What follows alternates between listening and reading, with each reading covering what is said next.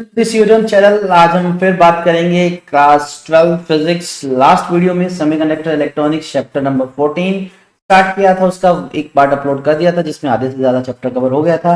तो इस वीडियो में हम उस चैप्टर को करेंगे कंप्लीट और उसके बाद बहुत सारे चैप्टर्स की वीडियो लगातार आपको मिलती रहेगी विद मल्टीपल क्वेश्चंस। तो चलिए विदाउट वेस्टिंग टाइम करते हैं वीडियो को स्टार्ट। अगर वीडियो पे पहली बार आए हैं तो ऊपर बटन पे क्लिक करके आप बाकी वीडियोस तक जा सकते हैं, और अगर आप उस वीडियो का पीडीएफ चाहते हैं तो आपको डिस्क्रिप्शन में उसका भी लिंक मिल जाएगा। चैनल पे पहली बार हैं तो चैनल को सब्सक्राइब कर दीजिए। ज़्यादा टाइम ना वेस्ट करते हुए चलिए स्टार्ट करते हैं।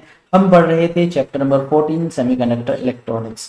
तो इस चैप्टर में हमने पूरा डिस्कस कर लिया था कि इंट्रिंसिक एक्सट्रिंसिक क्या होते हैं। एक्सट्रिंसिक पढ़ा चुका हूँ, जस्ट ये एक छोटा सा रिकैप आपके लिए। तो एक्सट्रिंसिक में हमने पढ़ा that if we add impurities into pure semiconductor तो हमें जो मिलता है उसको एक्सट्रिंसिक सेमीकंडक्टर बोलते हैं या इम्प्योरिटी सेमीकंडक्टर बोल देते हैं। तो इम्प्योरिटी दो तरह की होती है, या तो हम क्या करते हैं कि इम्प्योरिटी में या तो कोई ट्राईवैलेंट एलिमेंट जो है उसका एटम ऐड करते हैं या कोई हम पेंटावैलेंट एक एटम ऐड कर देते हैं। On the basis of this जो हमारे पास फर्दर एक्सटेंसिव दो कैटेगरी के होते हैं, N type and P type. और तुम्हें बहुत अच्छे से पता है कि जब हम क्या करते हैं बच्चों, इंट्रिंसिक में हम एक पेंटावैलेंट इम्प्योरिटी ऐड करते हैं तो उससे जो सेमीकंडक्टर बनता है वो हमारा एन टाइप होता है। और इसी तरह से अगर हम इंट्रिंसिक के अंदर कोई ट्राईवैलेंट इम्प्योरिटी ऐड करते हैं तो उससे जो हमें सेमीकंडक्टर मिलता है वो पी टाइप बनता है। इनको बहुत डिटेल में डिस्कस कर लिया था हमने, क्रिस्टल वाइज स्ट्रक्चर बात की थी, और मैंने एक बहुत अच्छी बात आपको बताई थी कि ओवरऑल क्रिस्टल न्यूट्रल रहता है, टोटल चार्ज 0 होता है। अगर रिप्रेजेंटेशन की बात करें तो इस तरह का रिप्रेजेंटेशन मैंने आपको बताया था एन टाइप का। जिसने वीडियो नहीं देखी तो डिस्क्रिप्शन में प्लेलिस्ट का लिंक है, वहां जाके उसको प्लीज देख लीजिए। लास्ट की 30 मिनट की वीडियो देख लोगे तो आपको ये इजीली समझ आ जाएगा। तो फिर मैं आपको याद दिलवा दूं, एज अ न्यूट्रल अगर एटम हम दिखाते थे तो अगर हम स्ट्रक्चर वाइज रिप्रेजेंट करें डोनर टाइप एटम को तो कुछ इस तरह से दिखाते हैं। तो ये जो डॉट दिख रहा है आपको फिफ्थ इलेक्ट्रॉन है जो कि उस डोनर एटम के न्यूक्लियस के साथ अटैच है। जैसे ही ये इस इलेक्ट्रॉन को फिफ्थ इलेक्ट्रॉन को डोनेट करेगा, क्योंकि ये डोनर टाइप इम्प्योरिटी है, तब ये पीछे एक पॉजिटिवली चार्ज आयन बन जाएगा। और ये जो चार्ज आयन बनेगा पॉजिटिव चार्ज आयन बनेगा, और ये होता है बच्चों इमोबाइल आयन। ये मूव नहीं कर सकता, ये अपने उस साइड पे फिक्स रहता है, इमोबाइल आयन रहता है। अच्छा ये क्यों हुआ, ये किसके अंदर हुआ? ये पॉजिटिव इमोबाइल आयन बनता है जब क्या होते हैं डोनर इम्प्योरिटीज जो होती हैं, डोनर इम्प्योरिटी क्या करते हैं बच्चों, लॉस देयर फिफ्थ इलेक्ट्रॉन। ये फिफ्थ इलेक्ट्रॉन को लॉस करने से वो पॉजिटिवली चार्ज आयन बन जाते हैं। ठीक है, ये हम पढ़ चुके हैं, एनर्जी बैंड डायग्राम आपको पता होगा, ज़्यादा डिटेल में नहीं जाते। और आपको एक चीज़ और रिमाइंड करवा दूं कि एन टाइप में मेजोरिटी जो रहती है वो इलेक्ट्रॉन्स की रहती है और माइनॉरिटी जो है वो होल्स की रहती है, ये हमें ऑलरेडी पता है। इसी तरह से हमने पी टाइप पढ़ा था कि एक ट्राईवैलेंट इम्प्योरिटी को ऐड करें इंट्रिंसिक के अंदर, जिसको असेप्टर टाइप इम्प्योरिटी बोलते थे, उससे हमें मिलता है पी टाइप। और अगर इसके एक single donor atom sorry acceptor atom को रिप्रेजेंट करें तो आप दिखा सकते हैं इस तरह से। तो इस तरह से रिप्रेजेंटेशन रहता है। ये पूरा जो आप देख रहे हो ये पूरा एज अ न्यूट्रल है। तो ये आपको अगर एक सर्कल दिख रहा है ये होल है, इट मीन ये एक वैलेंसी अभी कंप्लीट नहीं हुई, यहाँ पर कोई इलेक्ट्रॉन आ सकता है। और जैसे ये इलेक्ट्रॉन गेन करेगा तो बाय गेनिंग इलेक्ट्रॉन ये नेगेटिव आयन बन जाता है। तो मैं लिख सकता हूँ कि जो असेप्टर जो एटम रहा इम्प्योरिटी वाला जो हमने ऐड किया वो क्या करता है, गेन करता है, गेन इलेक्ट्रॉन। और इलेक्ट्रॉन को गेन करने से बच्चों को क्या हो जाता है, वो नेगेटिवली चार्ज आयन बन जाएगा, नेगेटिवली चार्ज आयन। और ये जो नेगेटिवली चार्ज आयन है बच्चों ये मूव नहीं कर सकता, तो ये हमारा क्या हुआ, इमोबाइल आयन हुआ। तो कुल मिला के बात इतनी पता लगी कि पी टाइप और एन टाइप दोनों आयन बन जाते हैं। कब बनते हैं, जब पी टाइप अपना होल लॉस करता है और एन टाइप अपना इलेक्ट्रॉन लॉस करता है, तब वो आयन्स बन जाते हैं, अपोजिट कैटेगरी के बन जाते हैं। और ये जो आयन बनते हैं ये इमोबाइल आयन्स होते हैं, बिकॉज ये मूव नहीं कर सकते। ये क्यों डीप में बता रहा हूँ इतना, बिकॉज हम आज पढ़ने वाले पी एन जंक्शन फॉर्मेशन, तो उसके अंदर इसका बहुत इंपॉर्टेंट रोल है। यहाँ पर अगर बात करें तो मेजॉरिटी में जो है वो होल रहते हैं पी टाइप में, और माइनॉरिटी के अंदर रहते हैं इलेक्ट्रॉन्स। ओके, क्वेश्चन हमने डिस्कस कर लिया था, आई थिंक जो तुमने ट्राई भी किया होगा। तो चलिए आज के मेन टॉपिक की बात करें तो आज का हमारा मेन टॉपिक है पीएन जंक्शन, या जिसको हम जनरली जंक्शन डायोड बोल देते हैं। देखिए हम इसके फॉर्मेशन पे भी जाएंगे, फॉर्मेशन बहुत डिटेल में डिस्कस करेंगे क्योंकि मल्टीपल टाइम उस पर क्वेश्चन पूछा जाता है और पूछा गया है।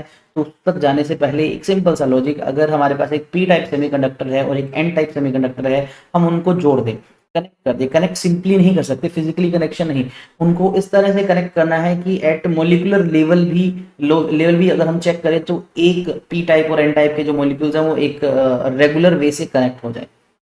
तो उनकी जो बाउंड्री है वो कॉन्टिन्यूस ही रहनी चाहिए। तो इस तरह का कनेक्शन है, हम उसकी बात कर रहे हैं। यानी फिजिकली हम सिंपली ऐड करने से एक पी टाइप क्रिस्टल या एन लिया, दोनों को साथ रख दिया, पीएन जंक्शन नहीं बनेगा। तो जनरली सिंगल एक पीस लिया जाता है इंट्रिंसिक का, हाफ पेंटावलेंट इम्प्योरिटी ऐड करते हैं, हाफ ट्राइवलेंट करते हैं, तब जाके पीएन जंक्शन डायोड बनता है। तो कॉन्टिन्यूस स्ट्रक्चर होना चाहिए, ये बहुत इंपॉर्टेंट पॉइंट है। और इसका जो अरेंजमेंट बना, एक पी और एक एन को कनेक्ट कर दिया आपने, लेटर से हमने किसी तरह से एक साइड में पी कर दिया, एक साइड में एन कर दिया। हमने क्या किया, पी साइड पे एक यहाँ पर मेटल कनेक्ट कर दी और एक वायर यहाँ लगा दी, और इस तरह से बच्चे मैं एन साइड पे भी एक मेटल कनेक्ट कर दूँ, एक वायर लगा दूँ। तो ये हमारा जो छोटा सा डिवाइस बन गया जिसके दो साइड है बच्चे, दो डायोड। डायोड का मीन क्या होता है, दो साइड वाला, ठीक है, इलेक्ट्रोड्स दो हैं, इसलिए इसको हम पी एन जंक्शन डायोड बोल देते हैं। पी एन जंक्शन क्योंकि पी और एन के जंक्शन से ये डायोड बना है। ऐसा करने से होगा क्या, वो हमने भी पूरा पढ़ना है। तो सबसे पहले इसके सिंबल की बात करें तो बहुत सिंपल बेसिक सा सिंबल है, एक इस तरह से ट्रायंगल वाला शेप है और यहाँ पर एक स्ट्रेट लाइन है। ये जो ट्रायंगल वाला साइड होता है, यहाँ पर इस साइड को पी साइड बोलते हैं, और जो स्ट्रेट लाइन है बच्चे ये हमारी एन साइड रहती है। और दो टर्मिनल मैंने बता दिए, एक पी साइड से कनेक्ट करने के लिए, एक एन साइड से कनेक्ट करने के लिए। लेकिन हमें अभी समझना है सबसे मेन प्रोसेस कि जैसे ही हम पी और एन को कनेक्ट करते हैं किसी तरीके से, तो क्या होता है पी एन जंक्शन के बीच वाले रीजन में। ये बहुत इंपॉर्टेंट रीजन है। तो इस रीजन में ध्यान रखना, जैसे ही एक पी और एन को कनेक्ट करते हैं वहां दो मेन प्रोसेस चलते हैं। अगर आप पे क्वेश्चन आता है पी एन जंक्शन डायोड के पी एन जंक्शन फॉर्मेशन का, डिप्लेशन लेयर के फॉर्मेशन का, तो आपने ये दो कीवर्ड्स बिल्कुल यूज करने हैं, डिफ्यूजन एंड ड्रिफ्ट, तभी आपको मार्क्स मिलेंगे। ध्यान से सुन लो। तो होता क्या है, हम इनको अभी डिटेल में समझते हैं। उससे पहले जनरल सा मुझे एक बात बताएं, पी और एन साइड के बारे में हम पढ़ चुके हैं। पी साइड जिनमें होल एक्स्ट्रा होते हैं, इलेक्ट्रॉन थोड़े कम होते हैं। एन साइड जहां इलेक्ट्रॉन बहुत ज्यादा होते हैं, होल बहुत कम होते हैं, ये हमें पता है। इवन मुझे इतना भी पता है कि पी साइड अगर होल है, अगर उनको कहीं से इलेक्ट्रॉन मिल जाए तो क्या होता है, वो नेगेटिवली चार्ज आयन बन जाते हैं। और वहीं एन साइड के पास फिफ्थ इलेक्ट्रॉन है, अगर वो इलेक्ट्रॉन लॉस कर देता है तो वो पॉजिटिव आयन बन जाते हैं। ये चीज याद रखना क्योंकि ये काम आने वाली है, ठीक है। तो अब डिफ्यूजन और ड्रिफ्ट का थोड़ा सा प्रोसेस मैं आपको डिटेल में बता देता हूँ, फिर हम इस डायग्राम पे वापस आ जाएंगे। ये तो हम जल्दी से क्या करते हैं, सबसे पहले एक इस तरह से मैं आप पीएन जंक्शन बना लेते हैं, ठीक है। ये लेटर से इनिशियल बीच वाला रीजन है ये, और ये जो साइड है हमारा पी साइड है, और ये हमारा एन साइड है। तो आपको पता है यहाँ पर हम जनरली उन एटम्स को दिखाते हैं जो पी साइड यानी पी रीजन के लिए रिस्पॉन्सिबल है, यानी पी टाइप के लिए रिस्पॉन्सिबल है। एक्सेप्टर टाइप, तो आपको पता है एक्सेप्टर टाइप कुछ इस तरह से दिखाते हैं हम बच्चे। यहाँ इनके पास होल दिखाते हैं, बहुत ज़्यादा नहीं दिखा रहा, मेन दिखा रहा हूँ। तो हमने ये सब इम्प्योरिटी एटम्स दिखा दिए। यहाँ भी मैं कुछ इसको रिप्रेजेंट कर देता हूँ, एकदम डिटेल में बता रहा हूँ, बहुत बेसिक, क्योंकि आपको ये समझ आना जरूरी है। तो एक बार ये समझ आ गया फिर ज़्यादा मुश्किल नहीं होगा इस पूरे प्रोसेस को समझना। तो ये यहाँ पर भी है, और इस तरह से कंटिन्यूसली पूरे एंड साइड में है ये चीज़, उधर वो सारी पी साइड में।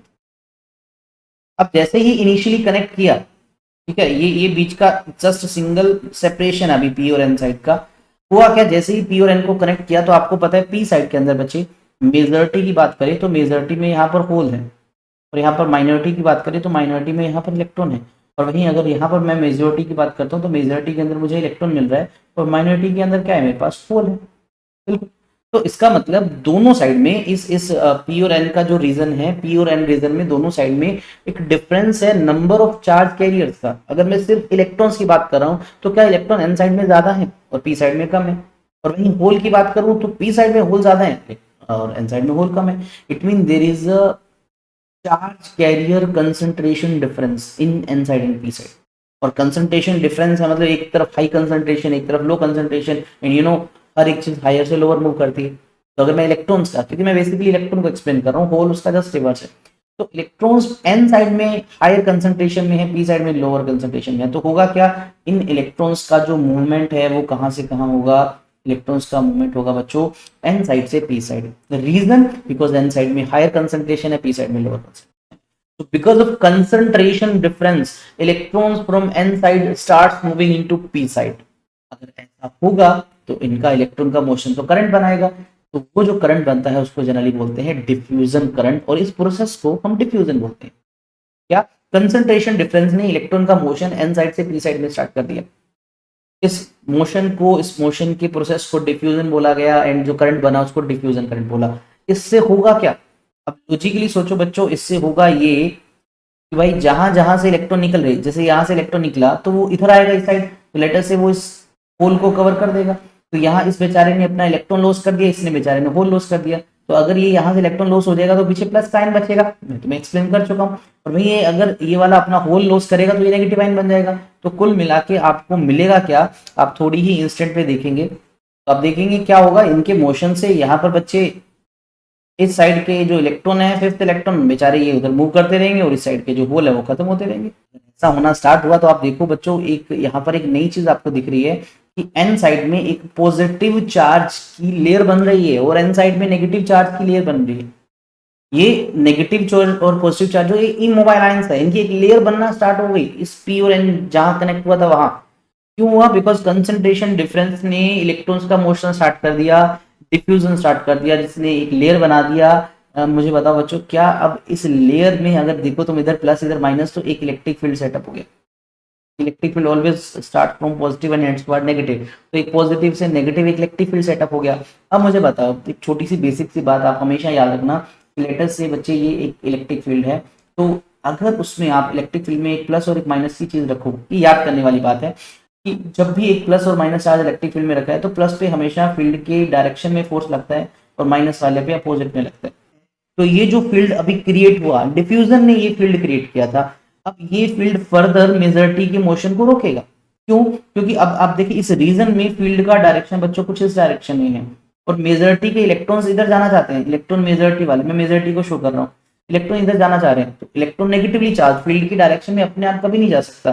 तो यानी ये जो फील्ड है ये अपोज करेगा मेजॉरिटी के मोशन को। भाई मेजॉरिटी के मोशन ने ये फील्ड बनाया, अभी उसी को अपोज कर, लेकिन ये माइनॉरिटी का सपोर्ट करेगा। यहाँ वाले इलेक्ट्रॉन वो तो उनको तो इधर आना है, भाई इलेक्ट्रॉन्स को तो इधर आना है, मेजॉरिटी वाला नहीं, ये माइनॉरिटी वाले, तो माइनॉरिटी की हेल्प करेगा क्योंकि electron opposite to field easily move कर सकता है। तो यानी ये जो फील्ड डिफ्यूजन ने फील्ड बनाया, ध्यान से सुनना, कंसंट्रेशन डिफरेंस ने डिफ्यूजन क्रिएट किया, इलेक्ट्रॉन्स को एन साइड से पी साइड मूव करवाया, उसने एक डिप्लेशन लेयर क्रिएट कर दी, वहां पर एक फील्ड बना। अब यही फील्ड उस मेजॉरिटी के मोशन को रोक रहा है, लेकिन यही फील्ड माइनॉरिटी को सपोर्ट कर रहा है, बोला इधर की तरफ। तो माइनॉरिटी वाला का मोशन स्टार्ट हो गया और माइनॉरिटी के मोशन को बोलते हैं ड्रिफ्ट। क्या बोलते हैं? ड्रिफ्ट। जिससे भी करंट बनेगा, ड्रिफ्ट बनेगा, ड्रिफ्ट करंट। तो धीरे धीरे ड्रिफ्ट करंट स्टार्ट हो गया। वहीं डिफ्यूजन करंट कम हो रहा है क्योंकि उसका पोजीशन हो रहा है, तो ड्रिफ्ट करंट बढ़ रहा है। तो एक ऐसा लेवल आएगा जब डिफ्यूजन ड्रिफ्ट बराबर हो जाएंगे और एक इक्विलिब्रियम का स्टेज आ जाएगा, तब चार्जेस का मोशन बंद हो जाएगा और एक लेयर बन के रह जाएगी। अब मुझे इस लेयर की बात बताओ बच्चों, क्या ये जो लेयर बनी है ये उन एटम्स से बनी है जो इमोबाइल आयन बने हैं? और इमोबाइल आयन क्यों बने हैं? क्योंकि उन्होंने अपने चार्ज कैरियर्स डिप्लीट किए हैं, लॉस किए हैं। भाई एन साइड वालों के पास इलेक्ट्रॉन थे, अब नहीं है, इनके पास होल थे, अब नहीं है। So these are depleted with their charge carriers. That's why इस लेयर को डिप्लेशन लेयर बोल देते हैं। सर्टेन विड्थ है उसको W लिख देते हैं। और इसके अक्रॉस एक पोटेंशियल डिफरेंस क्रिएट हो गया क्योंकि ये साइड प्लस ये माइनस, उस पोटेंशियल डिफरेंस को हम बैरियर पोटेंशियल बोल देते हैं। बैरियर पोटेंशियल इसलिए बोला क्योंकि ये फील्ड मेजॉरिटी को रोक रहा है, मेजॉरिटी के लिए एज अ बैरियर का काम कर रहा है।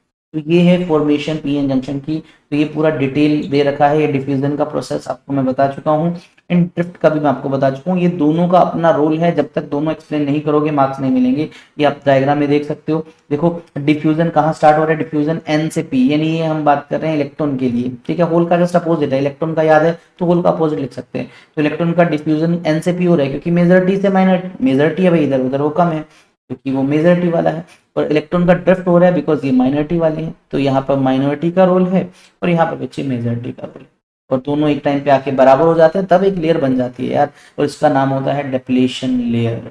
Depletion layer. तो इस पे क्वेश्चन क्या बन सकता है भाई, कैसे पीएन जंक्शन बनता है या डिप्लेशन लेयर का फॉर्मेशन एक्सप्लेन करो। तो ये सारा आपको पॉइंट टू पॉइंट एक्सप्लेन कर रखा है, आप इसको स्क्रीनशॉट लेके पढ़ सकते हो, पूरा प्रोसेस मैंने बता दिया। अब उस जगह पे बीच में आपने देखा होगा एक साइड में पी प्लस बन गया, एक साइड माइनस बन गया, तो उसके अक्रॉस भी पोटेंशियल डिफरेंस सेट हो गया। उसको हम क्या बोल देते हैं बच्चों, बैरियर पोटेंशियल। अभी भी आपको बताया बैरियर पोटेंशियल। बैरियर पोटेंशियल क्यों बोल रहे हैं? बिकॉज ये बैरियर का काम कर रहा है। ये टर्म बैरियर किसके लिए यूज की गई है? ये मेजॉरिटी चार्ज कैरियर्स को रोकने की बात हो रही है, इसलिए इसको बैरियर कहा। मेजॉरिटी को क्या करता है? ये अपोज करता है, उसको रोकता है मूव करने से, दैट्स वाई बैरियर बोला गया इसको। और अगर मैं पी और एन साइड के पोटेंशियल को ग्राफ से दिखाना चाहूँ तो आप पी साइड के लिए अगर मैं ये लाइन दिखा रहा हूँ, पोटेंशियल इसका कुछ कम है तो एन का कुछ ज़्यादा है क्योंकि वो प्लस वाला है। तो अगर इनके वेरिएशन की बात करें इस जगह से उस जगह, तो इसका वेरिएशन बच्चों कुछ इस तरह का होता है। तो ये P side, this is an side, and अगर मैं इनके बीच में ये जो डिफरेंस है पोटेंशियल का, इसको हम पी वी बाई पोटेंशियल बोल सकते हैं। ये ग्राफ एक्चुअल में पी साइड और एन साइड के पोटेंशियल डिफरेंस का नेक्स्ट फेजेस में आपको मिल भी सकती है। ठीक है, ये दे रखा है तो ये लास्ट वाला इंपॉर्टेंट है, मैं आपको बता चुका हूँ ये बात। ओके, तो ऊपर वाले इतने ज़्यादा इंपॉर्टेंट नहीं है। Then moving to the next part, width of depletion layer. भाई ये जो डिप्लेशन लेयर बनी इसकी अपनी कुछ विड्थ भी होती है। यस, इसकी अपनी कुछ विड्थ है। इसको आप स्मॉल डी से लिख सकते हो, इवन आप इसको डब्ल्यू सिंबल से भी लिख सकते हो, विड्थ है। अब ये विड्थ डिसाइड कौन करता है? जनरली देखो, in normal doping, moderate doping जिसको बोलते हैं, विड्थ का साइज 0.1 माइक्रोमीटर होता है, फिक्स नहीं है, वेरी कर सकता है मटेरियल टू मटेरियल। ठीक है, ये डिपेंड करता है टेम्परेचर पे, ये डिपेंड करता है डोपिंग पे, ये डिपेंड करता है मटेरियल कौन सा यूज किया। और इनमें सबसे मेन डोपिंग है, ये वाला आपको याद होना चाहिए, 1 मार्क का क्वेश्चन बन सकता है। Width of depletion layer is inversely proportional to doping. इसका मतलब जितनी ज़्यादा हाई डोपिंग करेंगे, जितनी ज़्यादा हाई डोपिंग होगी, तो जो विड्थ है वो उतनी क्या मिलेगी हमें, कम मिलेगी, या बोल सकते हो थिन डिप्लेशन लेयर मिलेगी हमें। डिप्लेशन लेयर हमारी थिन होगी। रीजन क्या भाई, जितने ज्यादा चार्ज कैरियर्स होंगे ना, डोपिंग ज्यादा होंगी, तो सब अप्रोच करेंगे, रिपेल होके डिप्लेशन लेयर की तरफ, उसको वापस से जो है आयंस को न्यूट्रल कन्वर्ट कर देंगे, दैट्स वाई। और इसी का वाइस वर्सा, अगर जो है लो डोपिंग है, तो लो डोपिंग के केस में जो डब्ल्यू है वो हाई होगा, यानी आप बोल सकते हो थिक डिप्लेशन लेयर होगी। ये 1 मार्क के क्वेश्चन के लिए इंपॉर्टेंट है, तो याद कर लेना। Okay, moving to the next part. Next part एक छोटा सा क्वेश्चन है, बिल्कुल सिंपल सा। Can we take one slab of P semiconductor and one of N, और उसको फिजिकली ज्वाइन कर ले? भाई सिंपल आंसर है नो, ऐसा नहीं कर सकते। क्यों नहीं कर सकते? क्योंकि पी और एन को सिंपल ज्वाइन करने से क्रिस्टल लेवल पे या एटॉमिक लेवल पे उनके बीच में कंटिन्यूटी नहीं होगी, वो नहीं जुड़ पाएंगे, रेगुलरिटी नहीं मिल पाएगी, इसलिए ऐसा नहीं किया जा सकता। तो क्या करेंगे, एक सिंगल पीस पे एक साइड पी साइड और एक साइड एन साइड हम डोपिंग करते हैं, इस तरह से हम इसको ऑब्टेन करते हैं। तो नेक्स्ट क्वेश्चन, इन अनबाइज्ड, देखिए अनबाइज्ड का मतलब होता है विदाउट बैटरी। विदाउट बैटरी, अभी हमने पीएन जंक्शन को बैटरी से कनेक्ट नहीं किया, किसी सेल से कनेक्ट नहीं किया, ठीक है, अनबाइज्ड बैटरी है। होल डिफ्यूज हो रहे थे, डिफ्यूज वर्ड यूज कर रहा है तो समझ आओ बच्चे, ये हमारा कंसंट्रेशन डिफरेंस की वजह से। तो पी साइड से एन रीजन में जा रहे हैं, तो देखो कंसंट्रेशन वाला थर्ड ऑप्शन है, गैस कर लिया। देखो डिफ्यूज वर्ड आ रहा है ना, तो कंसंट्रेशन, ड्रिफ्ट आता तो बैरियर फील्ड उसको करवा देता। क्या फ्री इलेक्ट्रॉन उसको अटैक करते हैं? मैं थोड़ा सा स्ट्रक्चर वाइज दिखाता हूँ। तो अगर ये पी साइड है, ये एन साइड है, पी साइड के होल की बात हो रही है, तो भाई वो मेजॉरिटी में होते हैं, और यानी मेजॉरिटी चार्ज कैरियर का मोशन पी से एन हुआ, तो भाई सिंपल सी बात है, वो कंसंट्रेशन डिफरेंस से हुआ। होल का कंसंट्रेशन पी में ज्यादा था, एन में कम था, इसलिए ऐसा हुआ। तो ऑप्शन सी इसका आंसर होगा, चेक कर लेते हैं। Yes, C is the right answer. कुछ टर्म्स होती हैं डायरेक्ट पता लग जाए तो हमें समझ आ जाता है। तो moving to the next part, अब बात आती है भाई पीएन जंक्शन को बैटरी से कनेक्ट करें तो क्या होता है? बाइसिंग का मतलब होता है एक पीएन जंक्शन को बैटरी से कनेक्ट करना। तो अगर मैं सिंबल वाइज तुम्हें दिखाऊं तो पीएन जंक्शन का सिंबल कुछ ऐसा होता है, ये जो साइड रहती है बच्चे, ये पी साइड रहती है और दूसरी साइड रहती है एन। भाई इसकी दो साइड है, बैटरी की भी दो साइड होते हैं, तो बैटरी के साथ इसको जोड़ने के दो ही तरीके हुए, या तो पी को प्लस से जोड़ दो, एन को माइनस से, या उल्टा पी को माइनस से, एन को प्लस से। इस चीज को ही बाइसिंग बोलते हैं। Biasing is simply the method of connecting a PN junction diode with a battery. दो तरीके होते हैं एक्सटर्नल वोल्टेज को अप्लाई करने को के लिए, बैटरी को जोड़ने के लिए। वन इज फॉरवर्ड बाइसिंग और दूसरे को बोलते हैं रिवर्स बाइसिंग। बहुत इजी है, बहुत सिंपल चीजें हैं, छोटी छोटी टर्म्स हैं, वो क्लियर होगी तो तुम इसको इजीली समझ जाते हो। तो इस पे भी मल्टीपल क्वेश्चन बन जाते हैं। पहले तो सिंपल यही पूछ लिया जाता है कि बाइसिंग कितनी तरह की होती है, फॉरवर्ड बाइसिंग में क्या होता है उसके रिजल्ट बताओ, या रिवर्स बाइसिंग में क्या होता है उसके रिजल्ट बताओ। तो दोनों को हम इंडिविजुअल डिस्कस करते हैं। तो पहले बात करते हैं फॉरवर्ड बाइसिंग। तो हमारे पास इस तरह से एक पीएन जंक्शन डायोड है, ये मैं सिंबल वाइज दिखा रहा हूँ, और नेक्स्ट जो है वो आप स्ट्रक्चर वाइज देख सकते हो। तो ये पी साइड, ये एन साइड। और अगर मैं तुमसे बोल दूं हम क्या करें, एक बैटरी ले, सेल भी ले सकते हो, जैसे यहाँ एक सेल दिखा रखा है, बैटरी क्या होता है, एक से ज्यादा सेल का कॉम्बिनेशन। तो ये प्लस साइड, ये माइनस साइड। तो अगर बैटरी का प्लस साइड पी से जोड़ दे और एन साइड जो है माइनस से जोड़ दे, इस तरह के कनेक्शन को फॉरवर्ड बाइसिंग बोलते हैं। इससे भी एक अच्छी डेफिनेशन मैं आपको कंफर्म करना चाहूँ, बताना चाहूँ, तो वो याद करो तो ज़्यादा बेस्ट है। तो जनरली जो प्लस होता है बच्चों वो हाई पोटेंशियल टर्मिनल होता है, माइनस जो होता है लो पोटेंशियल टर्मिनल होता है। तो अगर आप बोल दो कि अगर कहीं पर भी किसी डायग्राम में पी साइड जो है वो हाई पोटेंशियल से कनेक्टेड है, जो कनेक्शन है वो हाई पोटेंशियल से है, और वही हमारा जो एन साइड है पीएन जंक्शन डायोड की वो लो पोटेंशियल से कनेक्टेड है। तो चुपचाप समझ आना भाई कौन सी बाइसिंग की बात हो रही है, यहाँ पर बात हो रही है फॉरवर्ड बाइसिंग की। इस तरह की बाइसिंग को फॉरवर्ड बाइसिंग बोल देते हैं। ओके, इसका जो उल्टा होगा उसको हम रिवर्स बोलेंगे। जैसे इसमें भी दिखाना हो तो सेम यही सेम चीज, आप बीच में भी दिखा सकते हो ऑन ऑफ वाला बटन। अब ये तो चलो कनेक्शन का पता लगा भी हाँ ऐसा होता है।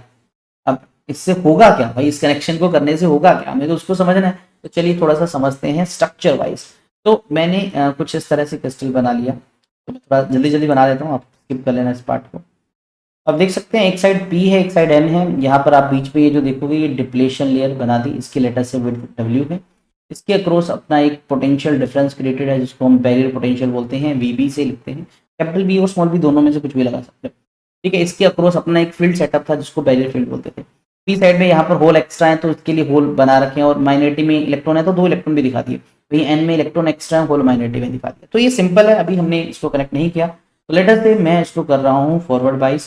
फॉरवर्ड बाइस में आपको पता है कि हम पी साइड को, ये पी साइड ये तो बच्चे तो प्लस से यानी हायर पोटेंशियल से कनेक्ट करना है मुझे, और जो हमारा एन साइड है बैटरी का, हमारा पी एन जंक्शन का, तो मुझे बैटरी के माइनस से यानी लोअर पोटेंशियल से कनेक्ट करना है। लेटर से हम कनेक्ट कर देते हैं, और जैसे ही मैं इस बैटरी को ऑन करूंगा अब यहाँ पर सबसे मेन काम स्टार्ट होगा। क्या ये प्लस वाला यहाँ पर पॉजिटिव टर्मिनल से कनेक्टेड है और यहाँ वाला ये माइनस से कनेक्टेड है, तो क्या एक ऐसे एक्सटर्नल इलेक्ट्रिक फील्ड सेटअप हो गया। फर्स्ट ऑफ ऑल देखिए यहाँ पर एक एक्सटर्नल इलेक्ट्रिक फील्ड सेटअप हो गया, बिल्कुल सर एक्सटर्नल फील्ड सेटअप हो गया।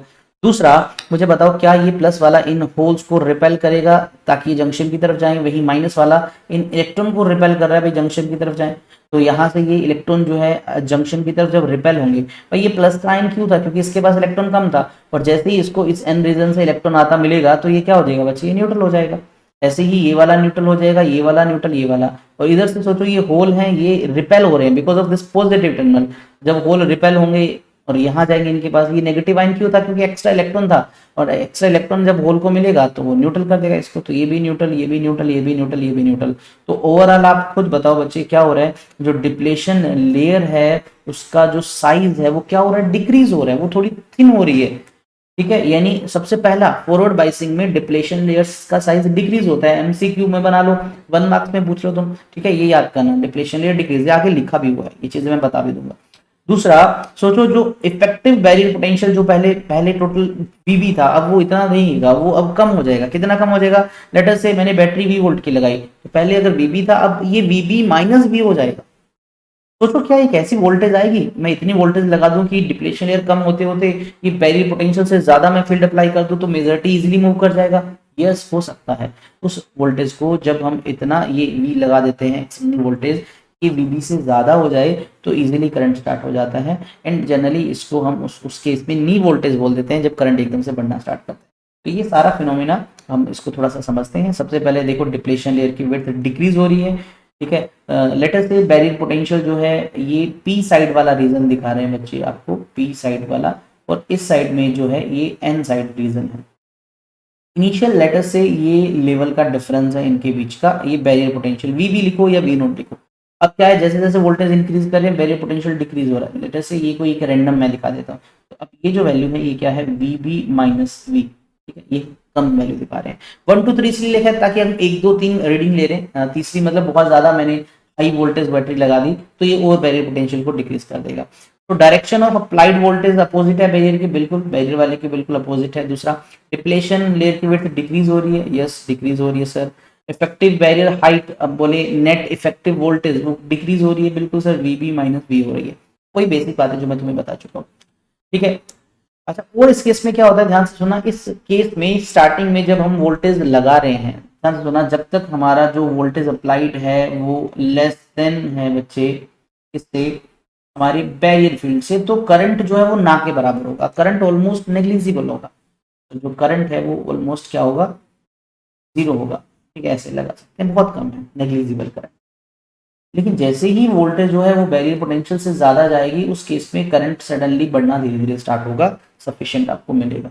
तो ऐसा मैं बोल सकता हूँ कि फॉरवर्ड बाइस के केस में छोटी सी वोल्टेज की वैल्यू होती है, जिससे कम है अगर तो करंट इतना नहीं है, लेकिन उससे ज्यादा करती करंट जनरली अच्छा मिलता है। और ये जो मैं तुम्हें वैल्यू बता रहा हूँ, इसको जनरली नी वोल्टेज या कट इन वोल्टेज बोलते हैं एक सर्टेन वैल्यू को। तो नी वोल्टेज और कट इन वोल्टेज, तो जर्मेनियम के लिए 0.3 वोल्ट है, सिलिकॉन के लिए 0.7 है, और बच्चे बहुत कम वैल्यू है। सोचो हम इससे कम थोड़ी, हम इससे ज्यादा देते हैं जनरली, 1 वोल्ट 2 वोल्ट, जनरली इससे ज्यादा देते हैं, तो हमें करंट अच्छा खासा मिलता है। और अगर करंट अच्छा खासा मिलता है तो मैं बोल सकता हूँ कि फॉरवर्ड बाइस जो है ओवरऑल एक अच्छे कंडक्टर की तरह बिहेव कर रहा है, या बोलते हो पीएन जंक्शन डायोड है फॉरवर्ड बाइस में एक गुड कंडक्टर बन जाता है।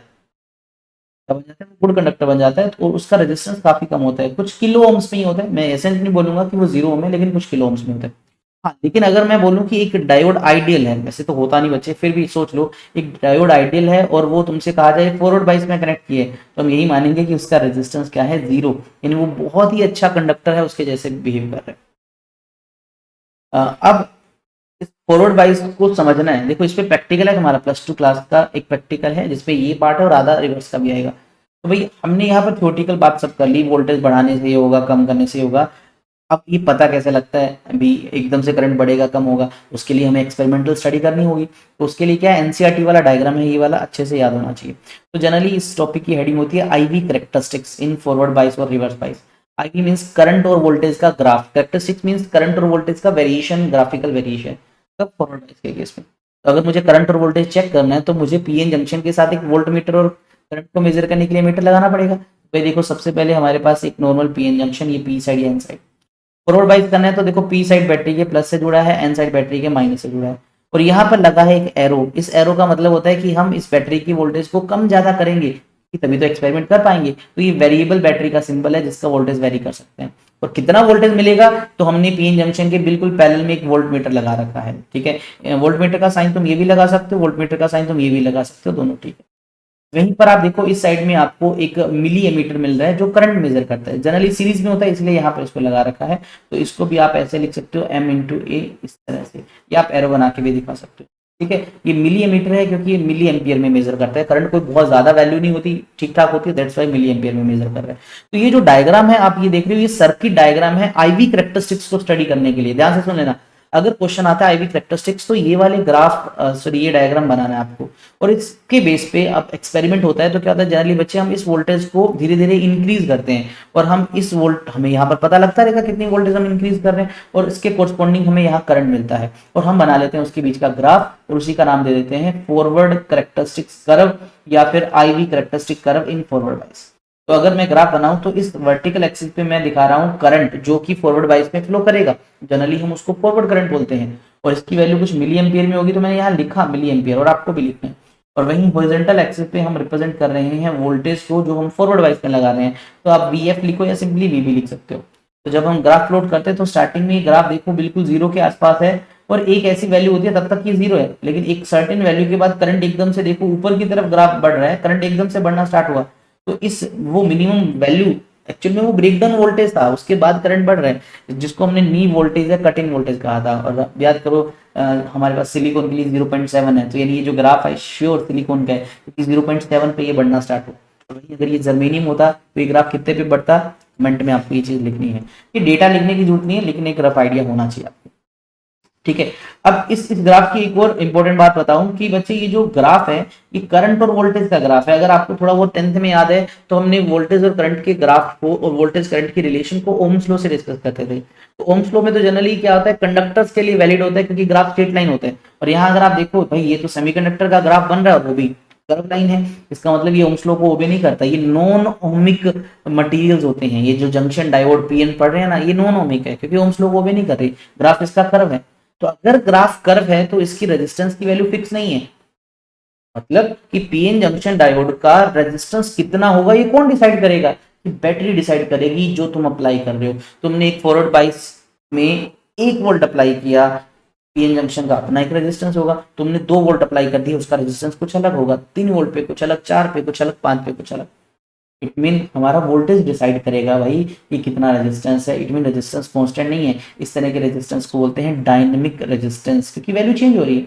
और निकालेंगे कैसे, तो किसी भी इंस्टेंट पे निकालना है तो फॉर्मूला वही डेल्टा वी बाई डेल्टा आई। और अगर ग्राफ में देखें तो हम क्या करें, उस ग्राफ में स्लोप निकाल लें, स्लोप ऑफ आईवी कैरेक्टरिस्टिक्स या आईवी ग्राफ, और उसका रेसिप्रोकल कर दें, you will get dynamic resistance. Generally ध्यान रखना, कोई छोटा इंटरवल लेंगे, एक उसके अक्रॉस निकालते हैं। फॉर एग्जांपल थोड़ा सा मैं समझा देता हूँ। लेट अस से कोई ग्राफ है, आपको यहाँ पर करंट की वैल्यू है, यहाँ वोल्टेज की वैल्यू है, और आपको ग्राफ में कुछ कर्व इस तरह से गिवन है, ठीक है, और ये कोई पॉइंट आपको इसके कोरस्पॉन्डिंग वैल्यू दे रखी है और इसके कोरस्पॉन्डिंग भी वैल्यू गिवन है। लेट अस से ये है आपका 7 वोल्ट, ठीक है, इसके कोरस्पॉन्डिंग कुछ करंट है, लेट अस से 2 मिली एम्पियर है, एंड ये कोई वैल्यू और है, यहाँ पर लेट अस से मैंने 6 वोल्ट लिख दिया, एंड इसके कोरस्पॉन्डिंग आपका है 1 मिली एम्पियर। कुछ और भी वैल्यू हो सकती है। तुमसे बोले भाई इस इंटरवल के ड्यूरेशन में यहाँ के लिए आपको रेजिस्टेंस बताना है, तो बता सकता हूँ delta we by delta I. Delta we क्या होगा, 7 माइनस 6 1 वोल्ट, डेल्टा आई क्या है 2 माइनस 1 1 मिली एम्पियर। तो कुल मिला के क्या लिखूंगा भाई, ये आ जाएगा 1000 एम्पियर, सॉरी 1000 ओम। 1000 कहाँ से आएगा, क्योंकि मिली को मैंने कन्वर्ट कर दिया ना, -3 होता है ऊपर जाके 3 बन जाएगा, तो कुल मिला के ये रेजिस्टेंस 1000 ओम शो कर रहा है। और एक तुम्हें ज्ञान की बात बताऊं, देखो बच्चे यहाँ पर स्लोप बहुत कम है, स्लोप बहुत कम है, तो उसका reciprocal means 1 by slope in resistance बहुत ज्यादा है। कुछ ऐसा बोल सकते हो कि जब तक हमारा जो अप्लाइड वोल्टेज है वो लेस देन है बच्चे नी वोल्ट से, उस केस में हम यहाँ घूम रहे हैं। इसमें स्लोप बहुत कम है तो रेजिस्टेंस बहुत ज्यादा होगा, रेजिस्टेंस बहुत ज्यादा हाई होता है, और जैसे ही हमारा अप्लाइड वोल्टेज है वो नी वोल्टेज से ज्यादा होता है, तो उस केस में ग्राफ एकदम ऊपर जा रहा है, देखो स्लोप बढ़ रहा है, मीन्स रेजिस्टेंस हो जाता है वेरी लो, और वो बिहेव करता है किसकी तरह, गुड कंडक्टर की तरह। और जनरली अगर मैं फॉरवर्ड बाइस यूज करता हूँ तो भाई हम इतना तो वोल्टेज देते हैं कि वो नी वोल्टेज से ज्यादा हो, और ये हमारा ऑपरेटिंग वोल्टेज होता है, हम जनरली यही यूज करते हैं, हम यही यूज करते हैं, क्लियर। यानी हम फॉरवर्ड बाइस यूज करते हैं जनरली उसको as a good conductor use करने के लिए, ताकि अच्छा खासा करंट फ्लो करे। रिवर्स बाइसिंग की अगर हम बात करें तो भाई इसका सिंपल, अब फॉरवर्ड पढ़ लिया तो उसका उल्टा, अगर पी साइड को हम बैटरी के माइनस से जोड़ दें, यानी लोअर साइड से जोड़ दें, लोअर पोटेंशियल से जोड़ दें, और अगर एन साइड को मैं बैटरी के हाई पोटेंशियल से जोड़ दूं, इस तरह के कनेक्शन को हम रिवर्स बाइसिंग बोलते हैं। अच्छा, थोड़ा सा स्ट्रक्चर वाइज समझते हैं कि इससे होगा क्या। तो मैंने इस तरह से पहले से ही क्रिस्टल बना लिया, पी और एन साइड का एक जंक्शन दिख रहा होगा, यहाँ से यहाँ तक ये जो देख रहे हो ये डिप्लेशन लेयर की विड्थ है जो ऑलरेडी सेटअप हो चुकी है, इसके अक्रॉस एक पोटेंशियल डिफरेंस सेट हो जाता है, वो भी हमें पता है, जिसको हम बैरियर पोटेंशियल बोलते हैं। इसका अपना एक फील्ड सेटअप हो गया ई जो मेजर टी को रोक रहा है, जिसकी वजह से भाई अब ये इक्विलिब्रियम बन चुका है। लेकिन हमें तो इसको बैटरी के साथ जोड़ना है, तो लेट अस से भाई पी साइड को मैं बैटरी के माइनस से जोड़ रहा हूँ, मीन्स लोअर पोटेंशियल से जोड़ रहा हूँ, और मैं एन साइड को बैटरी के हाई पोटेंशियल से जोड़ रहा हूँ। ये लिखना जरूरी है हाई लो, नहीं आप पे है, लेकिन कुछ केसेस में आपको ये हेल्प करता है हाई लो पोटेंशियल का कंसेप्ट। तो सोचो अगर मैंने इस तरह का कनेक्शन लगाया है, तो वो कह रहा है ये वाला साइड सारा माइनस के साथ कनेक्ट हो गया, ये वाला साइड जो है प्लस के साथ कनेक्ट हो गया, तो यानी एक इलेक्ट्रिक फील्ड जो है एक्सटर्नल वो कुछ इस डायरेक्शन में सेटअप हो गया, जिस डायरेक्शन में बैरियर का फील्ड है, यानी अप्लाइड फील्ड बैरियर का सपोर्ट करेगा, ठीक है, यानी ये भी मेजॉरिटी को जाने से रोकेगा। और उल्टा समझो बच्चे, ये साइड प्लस है तो ये इलेक्ट्रॉन को अपनी ओर अट्रैक्ट करेगी, तो ये जो डिप्लेशन लेयर के पास के जो एटम्स हैं हमारे इम्प्योरिटी वाले, उनके इलेक्ट्रॉन को भी खींच रहे हैं, इधर से ये होल को अपनी तरफ खींचेगा। अगर ऐसा है तो बच्चे ये अपना होल लॉस कर देगा, ये लॉस कर देगा, ये लॉस कर देगा, करते ही बताओ आयंस की लेयर तो बढ़ गई, इस साइड से जैसे इलेक्ट्रॉन अट्रैक्ट हो गए तो इलेक्ट्रॉन्स जो यहाँ से निकलते ही यहाँ पर लेयर बढ़ गई। तो ओवरऑल पहला रिजल्ट तो ये मिला कि जो डिप्लेशन लेयर की विड्थ है वो इंक्रीज हो जाती है रिवर्स बायसिंग में। दूसरा, ये जो हम अप्लाई कर रहे हैं वोल्टेज, ये तो उल्टा बैरियर को सपोर्ट कर रहे हैं, तो नेट वोल्टेज जो है वी बी प्लस वी हो जाएगा, आप कुछ ऐसा बोल सकते हो। जो ग्राफ पहले कुछ ऐसा हुआ करता था इनके बीच का, ये जो वी बी ग्राफ ऐसा हुआ करता था, अब शायद वो थोड़ा ऊपर की तरफ चला जाएगा, अब वो वी बी प्लस वी हो जाएगा। इसको चलो हम बनाएंगे आगे, तो ये कुछ रिजल्ट्स हैं, तो चलो देखते हैं। डिप्रेशन वेथ इंक्रीज होगी, यहाँ लिखा है net barrier potential V naught plus V, या जिसको हम वी बी प्लस वी बोलते हैं, वो इंक्रीज हो जाएगा। पहले अगर ये लेवल हमारा वी बी का था तो अब हमारा लेवल बढ़ गया, वो वी बी प्लस वी हो गया, इसका जो लेवल है, क्लियर। अच्छा, अब इस केस में रेजिस्टेंस और उन चीज़ों की बात करें, तो इस केस में हम जनरली अभी ग्राफ बनाएंगे।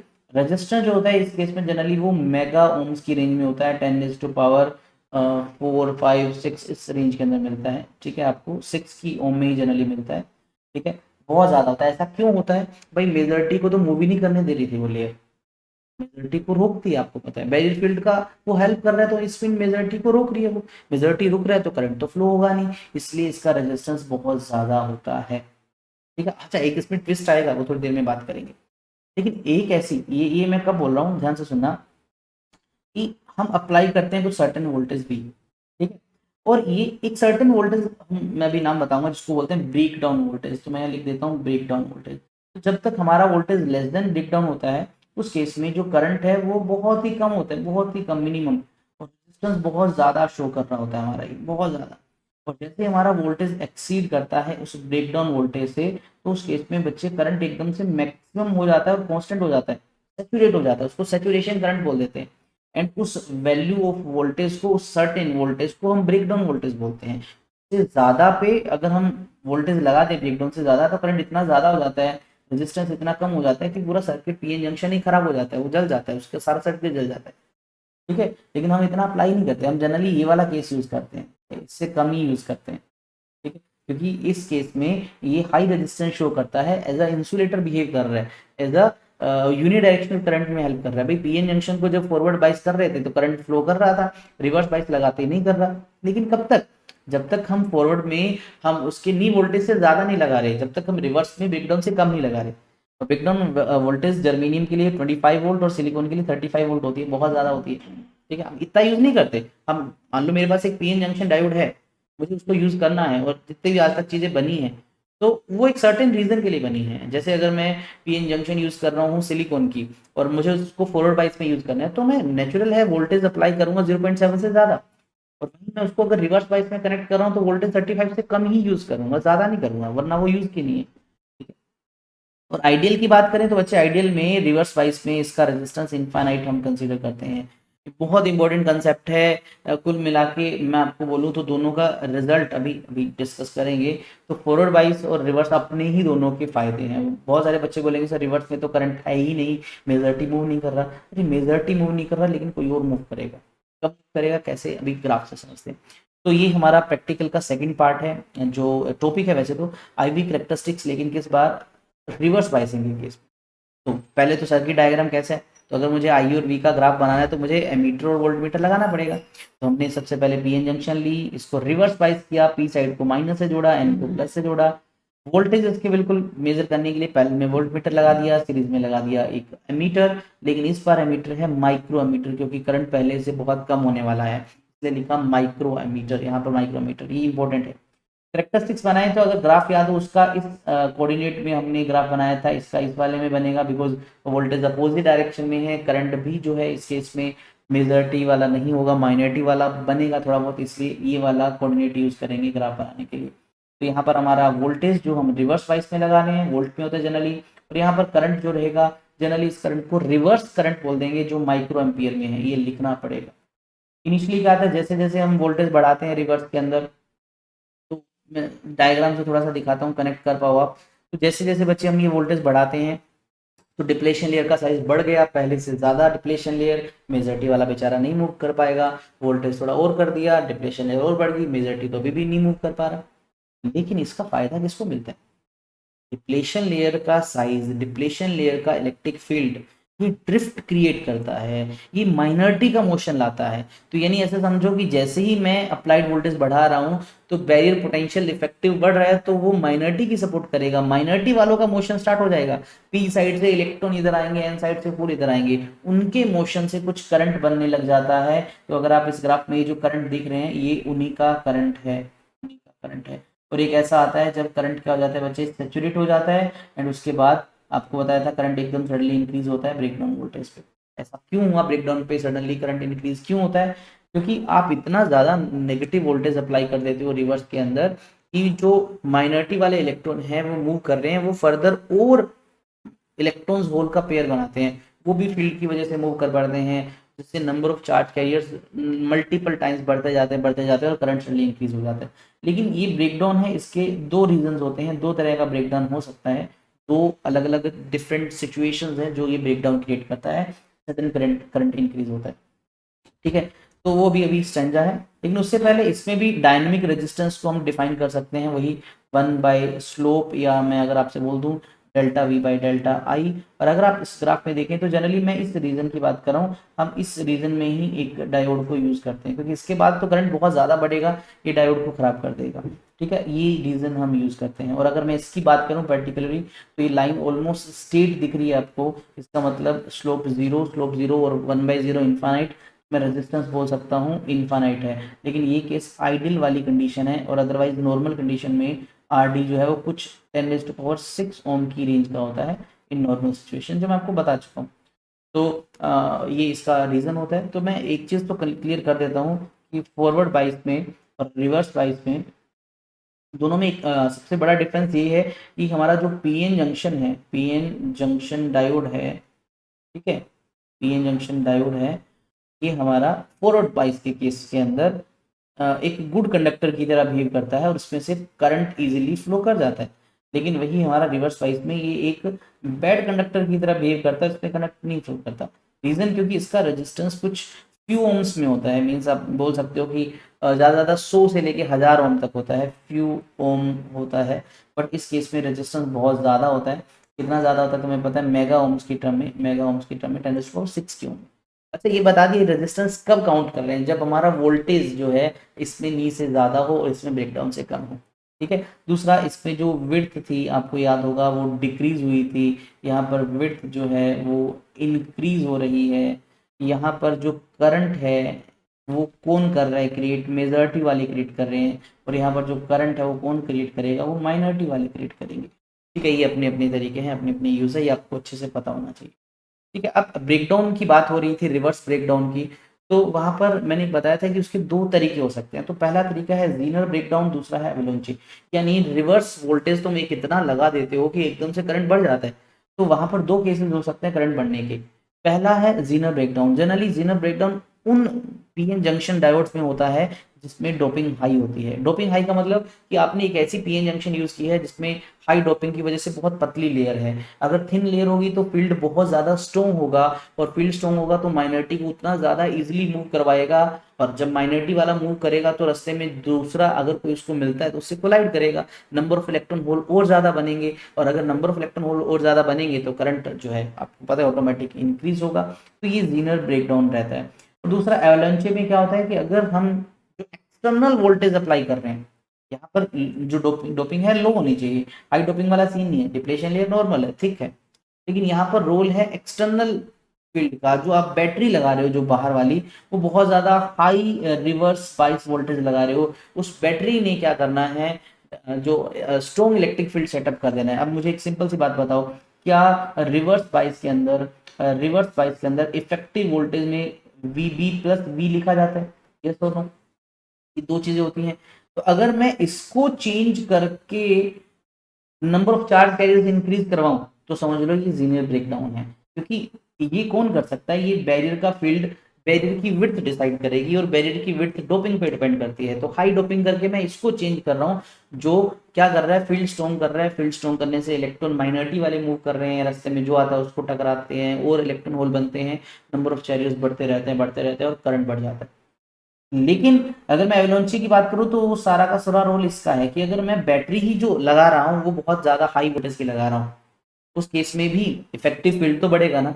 इफेक्टिव फील्ड बढ़ा तो इफेक्टिव फील्ड बढ़ने से वही माइनॉरिटी वाले मूव किए, माइनॉरिटी वाले मूव किए तो रास्ते में जो आया उससे कोलाइड किए, और इलेक्ट्रॉन होल पेयर बने वो भी मूव करने लगे। इस तरह से चार्ज कैरियर्स बढ़ने से करंट बढ़ जाता है। तो ये होता है एवलांचे ब्रेकडाउन, ठीक है। I think so PN junction forward reverse bias clear है तुम्हें। सबसे मेन फिर सुन लीजिए, उसके अंदर आईवी कैरेक्टरिस्टिक्स का अलग से पूछ लेते हैं, ग्राफ, सर्किट डायग्राम, और अदरवाइज नॉर्मल पीएन जंक्शन में विड्थ से रिलेटेड पूछा जाता है।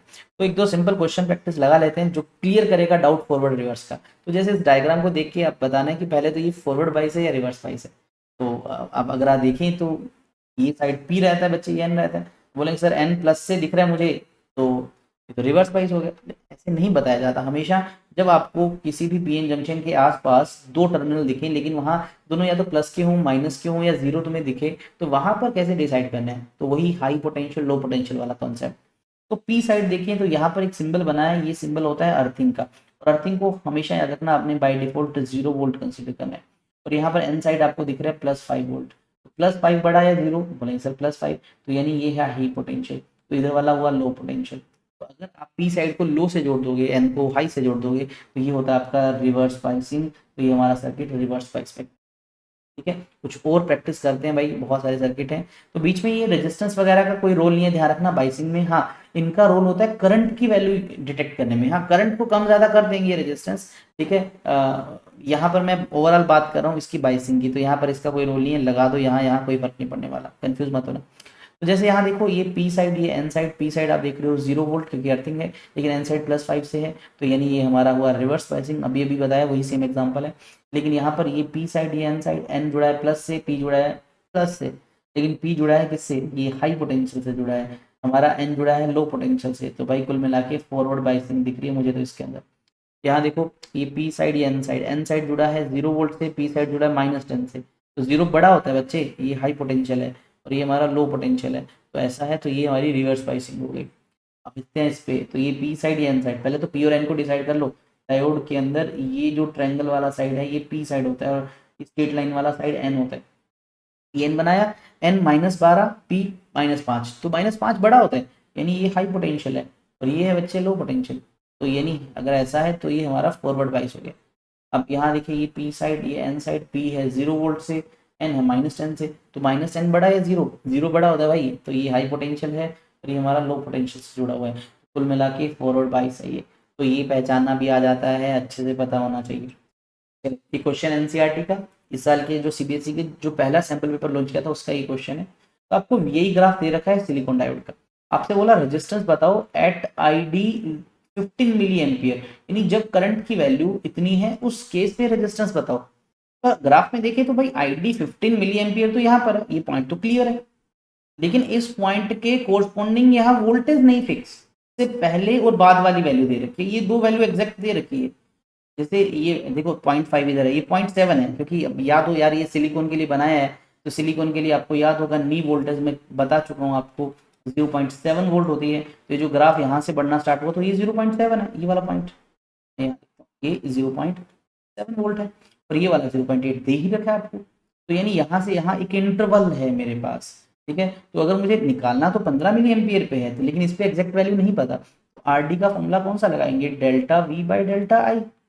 तो डेल्टा वी वोल्टेज कहाँ से कहाँ चेंज हो रहा है, 0.7 से 0.8 चेंज हुआ, तो यानी चेंज तो हमारा 0.1 वोल्ट हुआ, divide by delta I current, current हमारा 10 से 20, क्योंकि ये इंटरवल लेने बच्चे मुझे यहाँ से यहाँ तक का, 10 से 20 यानी 20 - 10 मिली एम्पियर। तो भाई इसको सोल्व करना पड़ेगा आपको। तो यहाँ से कितना है भाई 1/10 और नीचे ये 10 का 0, मिली का 3 जीरोज में ऊपर ले जाता हूँ, कुल मिला के वोल्ट बाय एम्पियर, ये आया 10 ओम। वही 10 ओम आंसर आ जाएगा फर्स्ट पार्ट का, ये फर्स्ट पार्ट था। सेकंड पार्ट तो बहुत इजी है यार, डायरेक्ट दिख रहा है वीडी -10 वोल्ट, तो इस वोल्टेज पे एक फिक्स वैल्यू आपको दिख ही रही है, ये वाली देखो, इंटरवल लेने की जरूरत ही नहीं है। तो डायनेमिक्स यानी आर डी निकालना है मुझे, तो डेल्टा वी की जगह सिंपल वी बाई आई लगाओ भाई, तो वी हमारा है -10 वोल्ट और आई हमारा है 1 माइक्रो एम्पियर। तो माइनस हटा दो यार, रेजिस्टेंस माइनस का यहाँ कोई रोल नहीं है, माइनस सिर्फ रिवर्स बाइसिंग को इंडिकेट कर रहा है। तो 10 इंटू 10⁻⁻6 ऊपर आके +6 बन जाएगा, कुल मिला के 10⁻7 ओम आपका आंसर आ जाएगा, ठीक है। बहुत ईजी था ये क्वेश्चन। तो बढ़ते हैं आगे, एक और सिंपल सा क्वेश्चन है, लेकिन इस तरह के क्वेश्चन आने के बहुत ज़्यादा चांसेस है। करंट बताना है जो 2 ओम वाले रेजिस्टेंस में से और 4 ओम वाले से पास हो रहा है इस डायग्राम में, तो इन दोनों का करंट बताना है।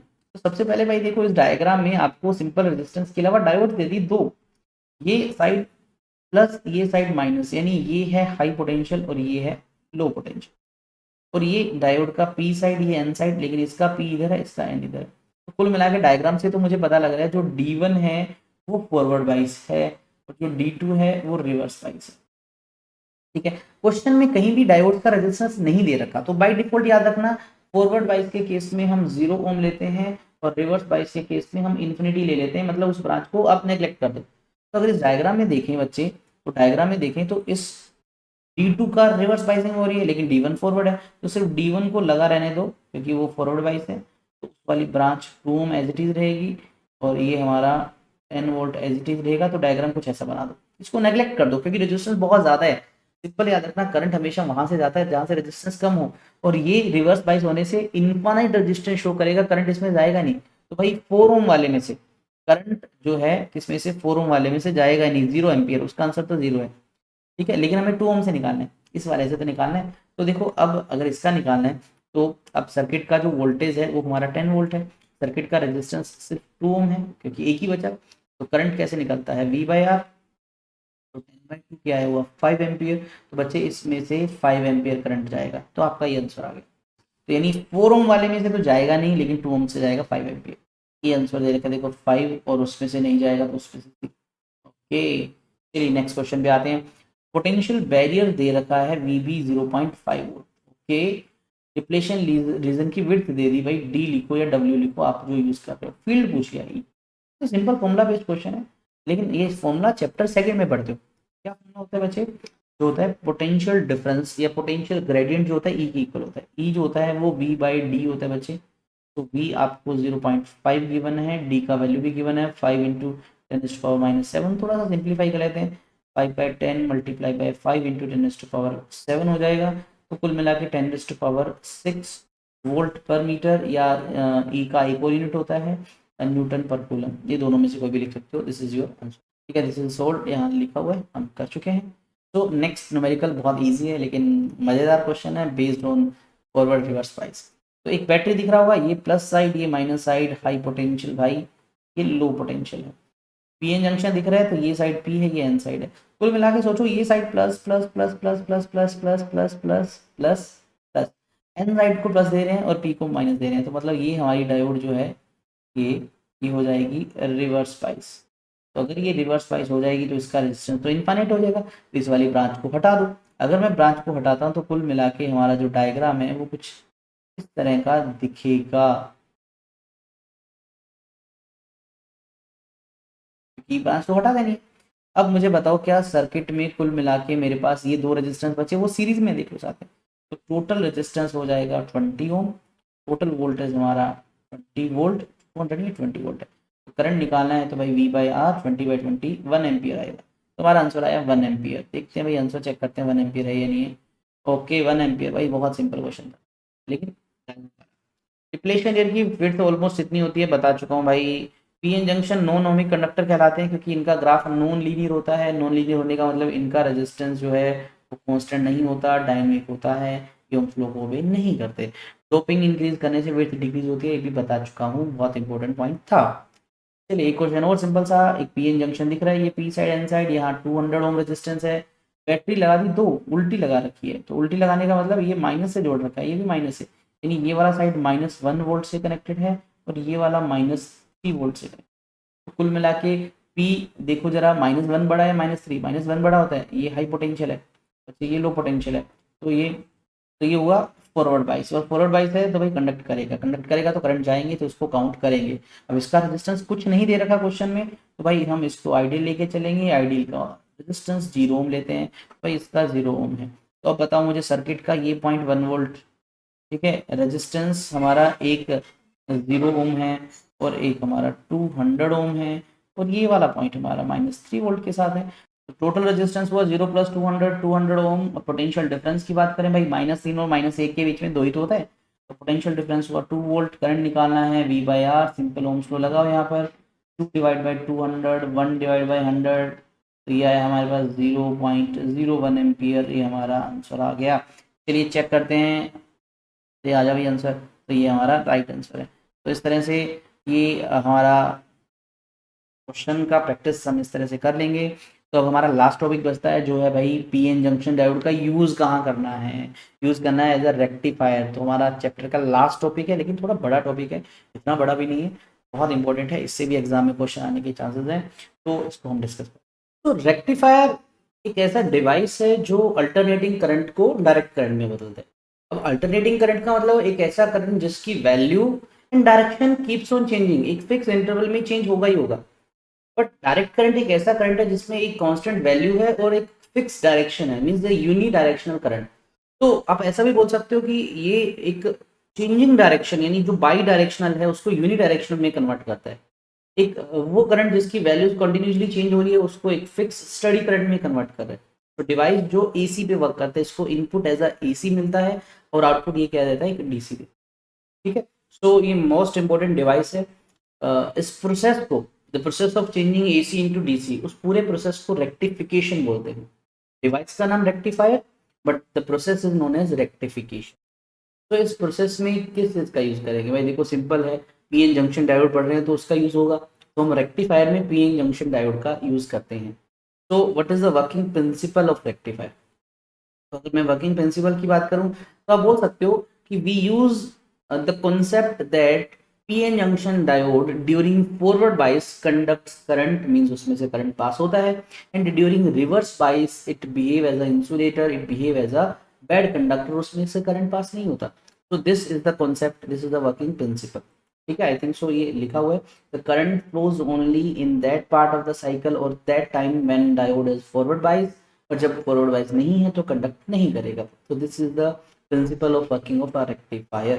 एंड अब आगे आता है कि सर रेक्टिफायर, सो रेक्टिफायर मेनली वैसे तो मल्टीपल टाइप के होते हैं, तो हम जो यहाँ पर पढ़ने वाले हैं रेक्टिफायर, देखिए वो पढ़ेंगे half wave rectifier. Half wave rectifier, एक फुल वेव रेक्टिफायर भी है हमारे सिलेबस में, हम उसको भी डिस्कस करेंगे। फुल वेव रेक्टिफायर, एक ब्रिज टाइप ऑफ रेक्टिफायर भी पहले हुआ करता था लेकिन अभी नहीं है, हम उसको नहीं डिस्कस करेंगे। तो सिंपली हम half and full wave rectifier को डिस्कस, एंड इसका नाम हाफ वेव रेक्टिफायर ही क्यों है, फुल वेव क्यों है, वो भी हम सब कुछ डिस्कस करेंगे नेक्स्ट कुछ पेजेस पे। तो अगर मैं इस एक ग्राफ वाइज शो करूँ, मैं यहाँ पर अगर करंट को रिप्रेजेंट कर रहा हूँ एंड टाइम के साथ उसकी वेरिएशन की बात करूँ, and you have graph like this, example है, सिर्फ यही अल्टरनेटिंग नहीं होता, अल्टरनेटिंग और भी कई तरह के होते हैं, ये उनमें से एक एग्जाम्पल है। तो अगर आप इसमें देखें तो करंट की वैल्यू फिक्स नहीं है, करंट इंक्रीज हो रहा है और एक मैक्सिमम वैल्यू पे चला गया एक सर्टेन टाइम पे, फिर उसकी वैल्यू जीरो भी हुई, फिर वो दूसरी डायरेक्शन में गया, फिर मैक्सिमम वैल्यू हुई, फिर जीरो हुई। तो this kind of current is alternating current. तो ये उसके साइकिल्स कहलाते हैं। देखिए ये इसका फर्स्ट हाफ साइकिल है, then next half cycle, then again half cycle, इस तरह से हाफ साइकिल्स की टर्म में चलता रहता है। तो एसी हैव सम फ्रिक्वेंसी, इसकी अपनी फ्रिक्वेंसी होती है, जनरली फ्रिक्वेंसी को हर्ट्ज में लिखते हैं।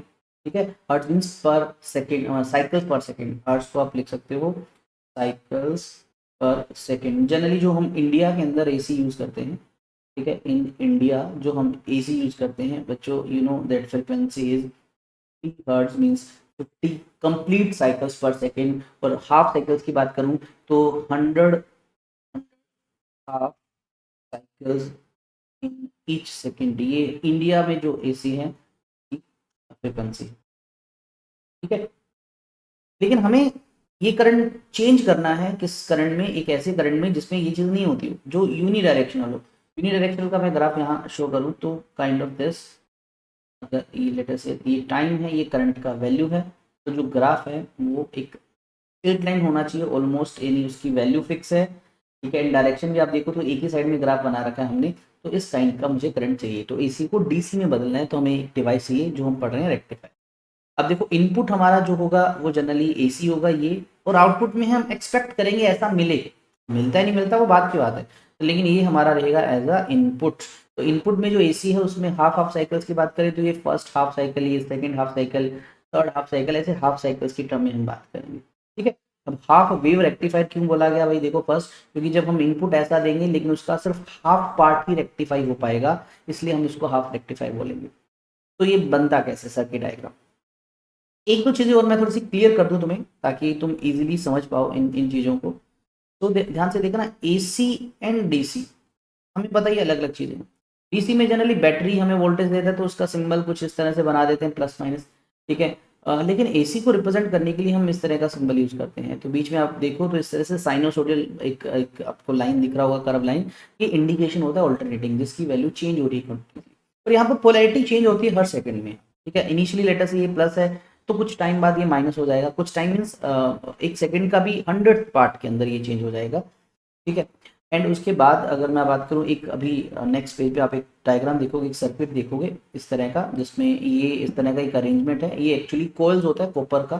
ठीक है, और यहाँ पर भी मैं कुछ सर्टेन नंबर ऑफ कोयल्स दिखाता हूँ, और अगर मैं इनके बीच में इस तरह से डॉटेड लाइन दिखा देता हूँ, तो ये जो अरेंजमेंट तुम देख रहे हो ये अभी, तो this is the symbol of a transformer. ठीक है, ट्रांसफॉर्मर भी अगेन एक डिवाइस होता है जो अल्टरनेटिंग करंट पे काम करता है, और ट्रांसफॉर्मर का काम वोल्टेज को इंक्रीज करना और डिक्रीज करना है, स्टेप अप और स्टेप डाउन दो काम होते हैं। ठीक है, तो वो एक हम अलग डिफरेंट चैप्टर में डिस्कस करने वाले हैं। तो अभी देखो यहाँ पर कुछ नंबर ऑफ टर्न्स हैं और यहाँ पर भी कुछ नंबर ऑफ टर्न्स हैं। जनरली तुम यहाँ जो देखते हो इसको बोलते हैं प्राइमरी कॉइल, प्राइमरी कॉइल। जो यहाँ वाला होता है बच्चे that is secondary coil, secondary. ठीक है, और यहाँ पर अगर नंबर ऑफ टर्न्स सेकेंडरी में कम है तो कम है जनरली, मैं अगर दिखाता हूँ यहाँ पर कोयल दिखा दी और यहाँ पर थोड़े से कम दिखा दी। तो इस तरह के जो ट्रांसफॉर्मर होता है बच्चे, इसको बोलते हैं स्टेप डाउन। स्टेप डाउन ये वोल्टेज को थोड़ा कम करके देता है। और अगर हमने यहाँ पर कम दिखाया और यहाँ पर काफ़ी ज़्यादा दिखा दिए, तो इस तरह के ट्रांसफॉर्मर को हम बोल देते हैं जनरली बच्चों स्टेप अप ट्रांसफॉर्मर। ठीक है, ये वोल्टेज को इंक्रीज कर। तो यहाँ पर हम जो पढ़ने वाले हैं, हम तो हाफ वेव रेक्टिफायर पढ़ने वाले हैं। अब देखो कि उसके अंदर आपको ये चीज़ दिखेगी, ट्रांसफॉर्मर उसका एज अ पार्ट यूज होता है। तो हम generally step down transformer use करेंगे। आप देखेंगे डायग्राम में आपको थोड़ा सा आइडिया लग जाएगा। अब इन ट्रांसफॉर्मर की जो दो कॉइल होती है, प्राइमरी, जनरली प्राइमरी पे हम इनपुट अप्लाई करते हैं बच्चों, और सेकेंडरी पे हम जनरली क्या लेते हैं, आउटपुट लेते हैं। और आउटपुट लेने के लिए हम हमेशा क्या करते हैं, आउटपुट में हमें करंट चेक करना है कि हमें डीसी मिल रहा है नहीं मिल रहा। अब करंट चेक करने के लिए तुम हाथ लगाओ, तुम्हें शॉक लग सकता है। ये नहीं करना तो इलेक्ट्रिक बल्ब लगा सकते हो, या कोई भी डिवाइस जो डिटेक्ट करे। तो जनरली आउटपुट को ऑब्टेन करने के लिए हम सिंबल वाइज एक रेजिस्टेंस बनाएंगे। ठीक है, उस पर लिख देंगे R L. R L means load resistance. And load resistance का मतलब एक ऐसा रेजिस्टेंस जो आउटपुट को चेक करने के लिए हमने लगाया है। ये इलेक्ट्रिक बल्ब हो सकता है, एक टीवी हो सकता है, बजर हो सकता है, कुछ भी हो सकता है। तो अगर आर एल मिला है, इट मीन ये आउटपुट ऑब्टेन करने के लिए। तो आई थिंक सो बेसिक टर्म्स मैंने बता दिया, डायग्राम को समझना बहुत ईजी है। तो यहाँ पर आप देखें तो यहाँ पर आपको दिख रहा होगा एक ट्रांसफॉर्मर। यहाँ पर नंबर ऑफ टर्न्स यहाँ थोड़ी सी कम है, ये क्योंकि स्टेप डाउन ट्रांसफॉर्मर है। इसके प्राइमरी कॉइल पे आप देखो तो हमने यहाँ पर एक एसी इनपुट अप्लाई करना है, जिसको मुझे रेक्टिफाई करना है। और सेकेंडरी जो कॉइल है, यहाँ पर आउटपुट लेना है। आउटपुट लेना डायरेक्ट नहीं है, क्योंकि हम अभी पीएन जंक्शन डायोड तो यूज करेंगे। तो क्या किया, यहाँ पर हमने एक पीएन जंक्शन लगा दिया इस तरह से, पीएन जंक्शन का दूसरा साइड, और इस कॉइल का सेकंड साइड हमने एक आरएल समझ ही चुके होंगे, लोड रेजिस्टेंस, जहां पर हमें क्या मिलेगा, आउटपुट मिलेगा, वहां उसके साथ कनेक्ट कर दिया। पॉइंट्स के नाम दे दिए एक्स वाई। ठीक है, ये इसका पी साइड, ये एन साइड इसका। तो ये सर्किट डायग्राम आई थिंक सो समझ गए होंगे, प्रैक्टिस कर लेना अच्छे से। तो अब हम इसकी वर्किंग पे आते हैं। ठीक है, तो एक चीज ध्यान रखिए, हाफ वेव में एक सिंगल डायोड यूज होता है। अब वर्किंग हालांकि नेक्स्ट पेज पे लिखा है, लेकिन मैं आपको एक्सप्लेन कर देता हूँ। हम इनपुट कुछ इस तरह का अप्लाई कर रहे हैं। तो ये हमारा इनपुट एसी है, इसमें साइकिल्स आपको पता है। लेटर से ये फर्स्ट हाफ साइकिल है। ठीक है, ये मान लीजिए यहाँ पर अप्लाई हुआ, इसके अंदर गया, और लेटर से इसके अंदर ये करंट गया, तो कुछ इस तरह से ये इसमें फ्लो हुआ। अगर ऐसे फ्लो हुआ है तो ये प्लस का साइड और ये माइनस का साइड, क्योंकि प्लस से माइनस करंट जाता है। तो ट्रांसफार्मर की एक कॉइल में जब करंट हो तो दूसरे में कि अपने आप ईएमएफ या करंट इंड्यूस हो जाता है। इस फिनोमेना को इलेक्ट्रोमैग्नेटिक इंडक्शन बोलते हैं, कि वो भी हम अलग एक चैप्टर में पढ़ेंगे। ऑल्टरनेटिंग करंट से पहले एक चैप्टर आएगा हमारा ईएमआई, उसमें। तो अभी फिलहाल याद रखें कि अगर यहाँ प्लस है तो यहाँ माइनस इंड्यूस हो जाता है, और यहाँ माइनस है तो प्लस इंड्यूस हो जाता है। तो अगर ऐसा है तो भाई ये हाई पोटेंशियल वाला टर्मिनल आ गया, ये लो पोटेंशियल वाला आ गया। और अगर ऐसा है तो भाई पी साइड जो है, ये एन साइड है, पी साइड हाई से जुड़ गई, एन हमारा लोअर से जुड़ गया। तो चुपचाप हमारी जो डायोड है वो फॉरवर्ड बाइस हो गई। हमारी डायोड जो है फॉरवर्ड बाइस हो गई। कब? फर्स्ट हाफ साइकिल में। फर्स्ट हाफ साइकिल में ये फॉरवर्ड बाइस होगी, और फॉरवर्ड है तो करंट पास करेगी। तो करंट इसमें से पास हो जाएगा ऐसे, कि प्लस से बाहर जाएगा ना, ऐसे पास हुआ। और यहाँ से होता हुआ एक्स से वाई, और वाई से होता हुआ करंट ऐसे सर्किट में फ्लो नहीं लग गया। तो X to Y current flow हुआ। ठीक है, सब हो गया। अब बात आती है कि जो करंट पास हुआ तो कांस्टेंट होगा नहीं, क्योंकि यहाँ पर करंट वेरी कर रहा है, तो यहाँ पर भी करंट की वैल्यू वेरी करेगी। तो ग्राफ हमारा आउटपुट का अगर मैं बनाऊं तो ऐसा ही करंट मिलेगा बिल्कुल, क्योंकि वो पास हुआ। अब सेकंड हाफ साइकिल पे आते हैं। यहाँ पर थोड़ा सा इंपॉर्टेंट चीजें समझना चाहिए। यानी ये करंट है, अब देखो जरा, ये नीचे की तरफ साइकिल है, मीन्स पोलैरिटी चेंज हो गई। तो उसको मैं दिखाने के लिए ये सब इरेज कर देता हूँ। ठीक है, ये सब इरेज कर देता हूँ। सेकेंड हाफ पार्ट, अब करंट कुछ इस तरह से फ्लो करेगा, क्योंकि पोलैरिटी चेंज हो गई। ये प्लस बन गया, ये माइनस बन गया। इंडक्शन से प्लस से यहाँ माइनस आया, माइनस से प्लस आया। मीन्स अब ये हमारा हाई पोटेंशियल है, और ये हमारा लो पोटेंशियल है। तो देखो तो पी साइड और एन साइड, पी लोअर से जुड़ा है तो एन ऑटोमेटिक हाई से जुड़ा। तो इस बार हमारा जो डायोड है वो हो गया रिवर्स बाइस। रिवर्स बाइस है तो वो कंडक्ट नहीं करेगा, कंडक्ट नहीं करेगा, इसका मतलब इधर करंट जाएगा ही नहीं। तो एक्स से वाई करंट होगा ही नहीं, करंट जीरो होगा। तो देखो खाली एकदम कुछ नहीं आया। फिर हमारा फर्स्ट थर्ड हाफ साइकिल आएगा। थर्ड हाफ साइकिल का मतलब सेम ऐसा पहले जैसा ही साइकिल। तो इसमें ये फिर फॉरवर्ड बाइस हो जाएगा, कंडक्ट करेगा। तो देखो ग्राफ से ऐसे ऊपर गया, अगले में नहीं होगा, अगले में फिर आएगा। तो इस तरह से आपको पूरी वेव का इनपुट, आपका एक फुल वेव था, उसका हाफ पार्ट मिल रहा है, इसलिए तो इसको बोला हाफ वेव रेक्टिफायर।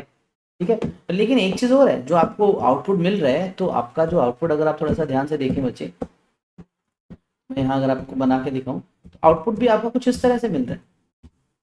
तो ये प्योर डीसी थोड़ी होता है, डीसी तो एकदम कांस्टेंट वाला होता है, तो ये वैल्यू भी फ्लक्चुएट हो रही है। तो मैं बोल सकता हूँ ये जो करंट मिला इसमें कुछ डीसी के साथ साथ एसी पार्ट है, इसको रिपल फैक्टर्स बोल देते हैं। तो यानी ये रिपल्ड फैक्टर के साथ हमें मिला है, प्योर नहीं है। इसको प्योर करने के लिए हमें कुछ करना पड़ेगा। बच्चे ये पूरी वर्किंग लिख रखी है, मैं जो एक्सप्लेन कर चुका हूँ तुम्हें। तो ओवरऑल कंक्लूजन देखें तो पॉजिटिव हाफ साइकिल जो था स्टार्टिंग में उसमें फॉरवर्ड वाइज होता था, करंट मिलता था। फिर नेक्स्ट हाफ साइकिल में रिवर्स वाइज होता था, करंट नहीं मिलता था। ठीक है, लोड रेजिस्टेंस पे हमें आउटपुट मिलता था जो कांस्टेंट नहीं था, पल्सेटिंग था। वो भी पल्सेटिंग मींस पल्सेस है उसमें, इस तरह से है, फिर यहाँ है, फिर यहाँ है, इस तरह से।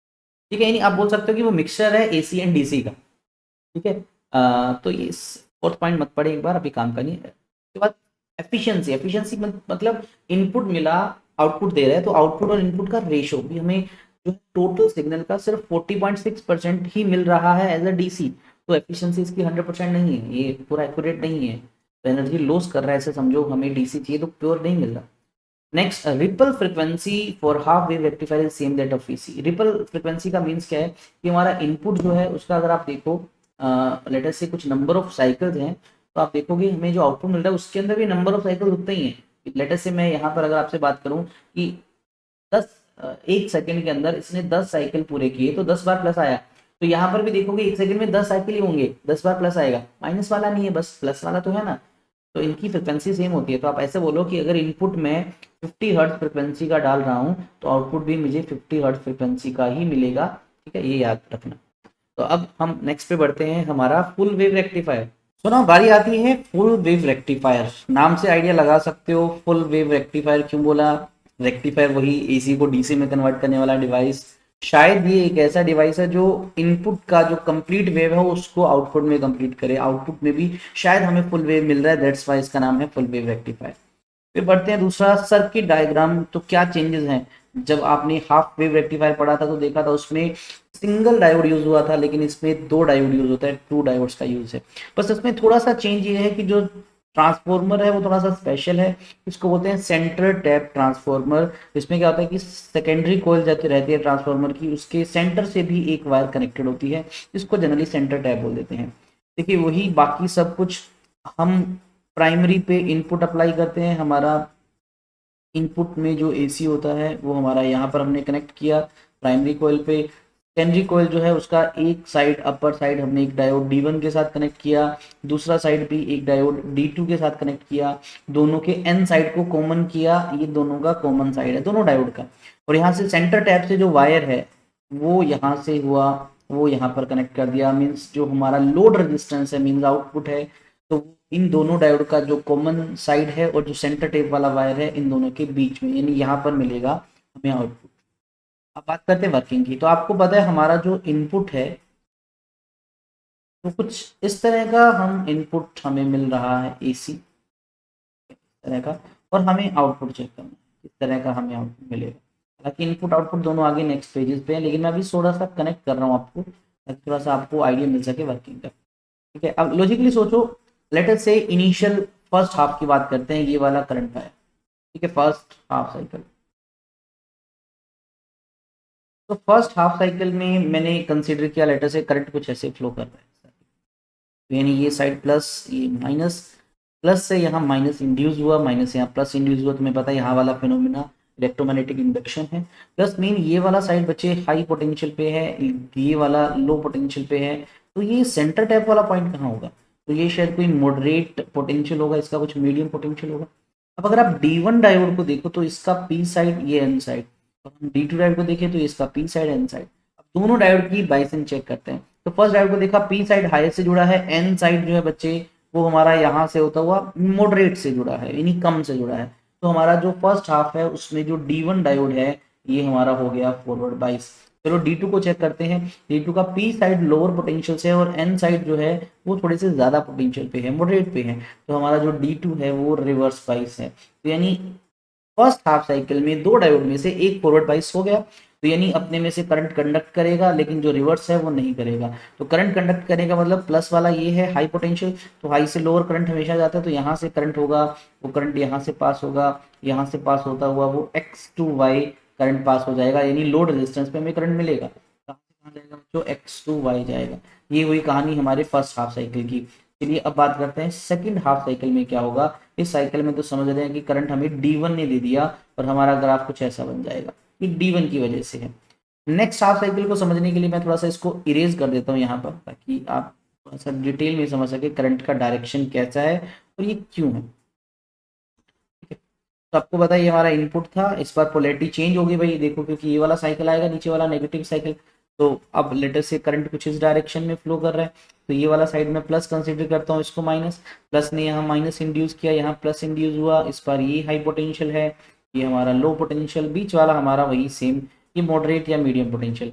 अब ये इसकी पी साइड, ये एन साइड, ये पी साइड, ये एन साइड। अब डायोड D1 को चेक करो, पी साइड लोअर पोटेंशियल से है और एन वाला यहाँ से घूमता हुआ देखो तो मॉडरेट पे है, तो कुल मिला के हमारा जो D1 डायोड है ये रिवर्स बाइस हो चुका है इस बार। और D2 को जरा चेक करते हैं, D2 का पी साइड हायर पे है और N जो है वो हमारा मॉडरेट पे है, यानी थोड़े से कम पे है, तो हमारा जो D2 है वो हो चुका है फॉरवर्ड बाइस। जो फॉरवर्ड बाइस होता है वो कंडक्ट करेगा, रिवर्स वाला नहीं करेगा। इस बार करंट के लिए रिस्पॉन्सिबल D2 डायोड है, तो यानी ये हाई है, तो यहाँ से करंट D2 से पास होगा ऐसे, यहाँ से करंट ऊपर जाएगा, यहाँ से होता हुआ X to Y, Y से होता हुआ यहाँ मॉडरेट की तरफ वापस है। यानी सर्किट में देखोगे तो X to Y again current flow किया, यानी डायरेक्शन सेम है, तो यानी करंट जो है D2 की वजह से वो उसी सेम डायरेक्शन में होगा। In similar way third half cycle में करंट हमें मिलेगा, फोर्थ में मिलेगा, लेकिन हो क्या रहा है यहाँ पर, दोनों डायोड कंट्रीब्यूट कर रही है, पहले हाफ में D1 ने भेजा, दूसरे हाफ में D2 ने भेजा, then again D1 D2 D1 D2। और एक चीज बात क्या है कि करंट हमारा यूनिडायरेक्शनल आ रहा है। हाँ, मैं ये नहीं बोलूंगा कि कांस्टेंट वैल्यू है, लेकिन वो यूनिडायरेक्शनल तो आ गया, हमारा आधा काम हो गया। हमें अभी भी प्योर डीसी तो नहीं मिला, लेकिन कुछ हद तक हमें डीसी प्लस एसी का मिक्सचर मिला, जिसमें अब पिछली बार हाफ वेव रेक्टिफायर के कंपैरिजन में कुछ ज्यादा डीसी पार्ट है, और ये पूरे साइकिल को कर रहा है, इसलिए इसको फुल वेव रेक्टिफायर कहा। ये सारी वर्किंग आपको लिखनी है अगर एग्जाम में आती है, तो मैंने एक्सप्लेन कर रखा है दोनों का, ठीक है। तो हमारा ये जो wave form at A, wave form at B, means ऐसे समझो कि स्टार्टिंग में हमारा प्लस साइकिल है, दूसरे में माइनस साइकिल है, तो ये चेंज होता रहेगा, लेकिन आउटपुट हमें हमेशा प्लस में मिलेगा। ये वाला ड्यू टू D1 डायोड आया, ये D2 ने, ये D1 ने, ये D2 ने, इस तरह से हमें करंट मिलेगा। और अगर इसको देखोगे तो बेटा ये भी अभी प्योर डीसी नहीं है, यानी अभी भी रिपल्स है। ओवरऑल समरी की बात करें हम तो फर्स्ट पॉजिटिव हाफ में D1 फॉरवर्ड बाइस था, D2 रिवर्स था, बिल्कुल सर, करंट के लिए D1 responsible. Next negative half में D1 रिवर्स बाइस हो गया, D2 फॉरवर्ड बाइस, इस बार D2 ने कंडक्ट किया।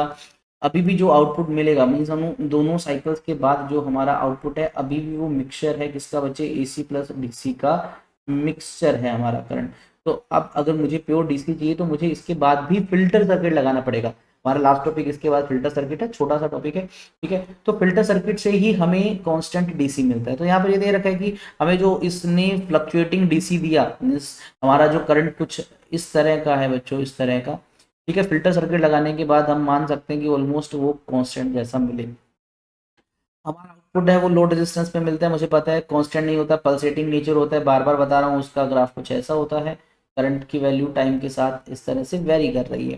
फिफ्थ पॉइंट अभी नहीं काम का, बाद में पढ़ेंगे इसी चैप्टर पढ़ने के बाद। रिपल फ्रिक्वेंसी, रिपल फ्रिक्वेंसी का मीन्स देखो बच्चे, अगर मैं इनपुट की बात करता हूँ तो इनपुट के अंदर लेटेस्ट से हमारा ग्राफ कुछ ऐसा था, ठीक है।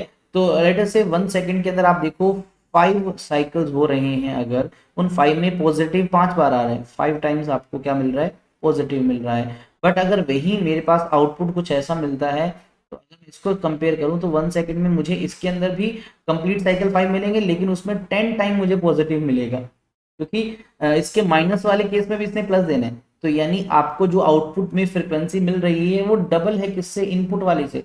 तो ये इंपॉर्टेंट है, आपका 1 मार्क के क्वेश्चन में जनरली इस पे ध्यान नहीं देते बच्चे, याद रखना कि फुल वेव रेक्टिफायर की आउटपुट फ्रीक्वेंसी जो है वो डबल होती है इनपुट वाले से। एफिशिएंसी देखो हाफ वेव की होती थी 40.6, इससे डबल है 81.2, मतलब ये थोड़ा सा ज्यादा एफिशिएंट है क्योंकि डबल साइकिल।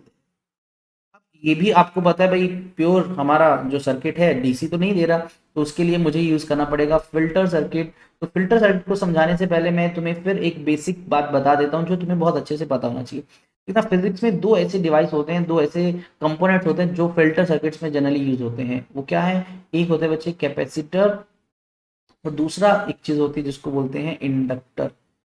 ये क्या चीजें हैं, हालांकि ये एक प्योर एक चैप्टर का पार्ट है, लेकिन थोड़ा सा मैं आपको आइडिया दे देता हूँ। कैपेसिटर का सिंबल कुछ इस तरह से होता है, पैरेलल 2 लाइंस, प्लेट्स ऐसे बोल सकते हो, और इंडक्टर का सिंबल ये होता है।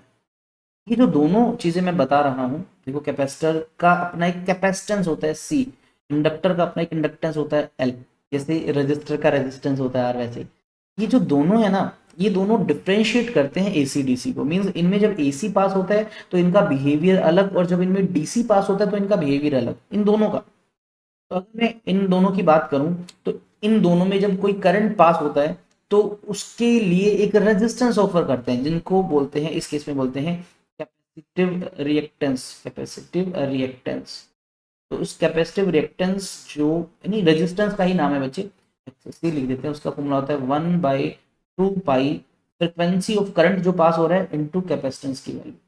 ये इसका रेजिस्टेंस का फॉर्मूला है। वही इंडक्टर के लिए इसको बोलते हैं इंडक्टिव रिएक्टेंस, मींस एक इंडक्टर का रेजिस्टेंस,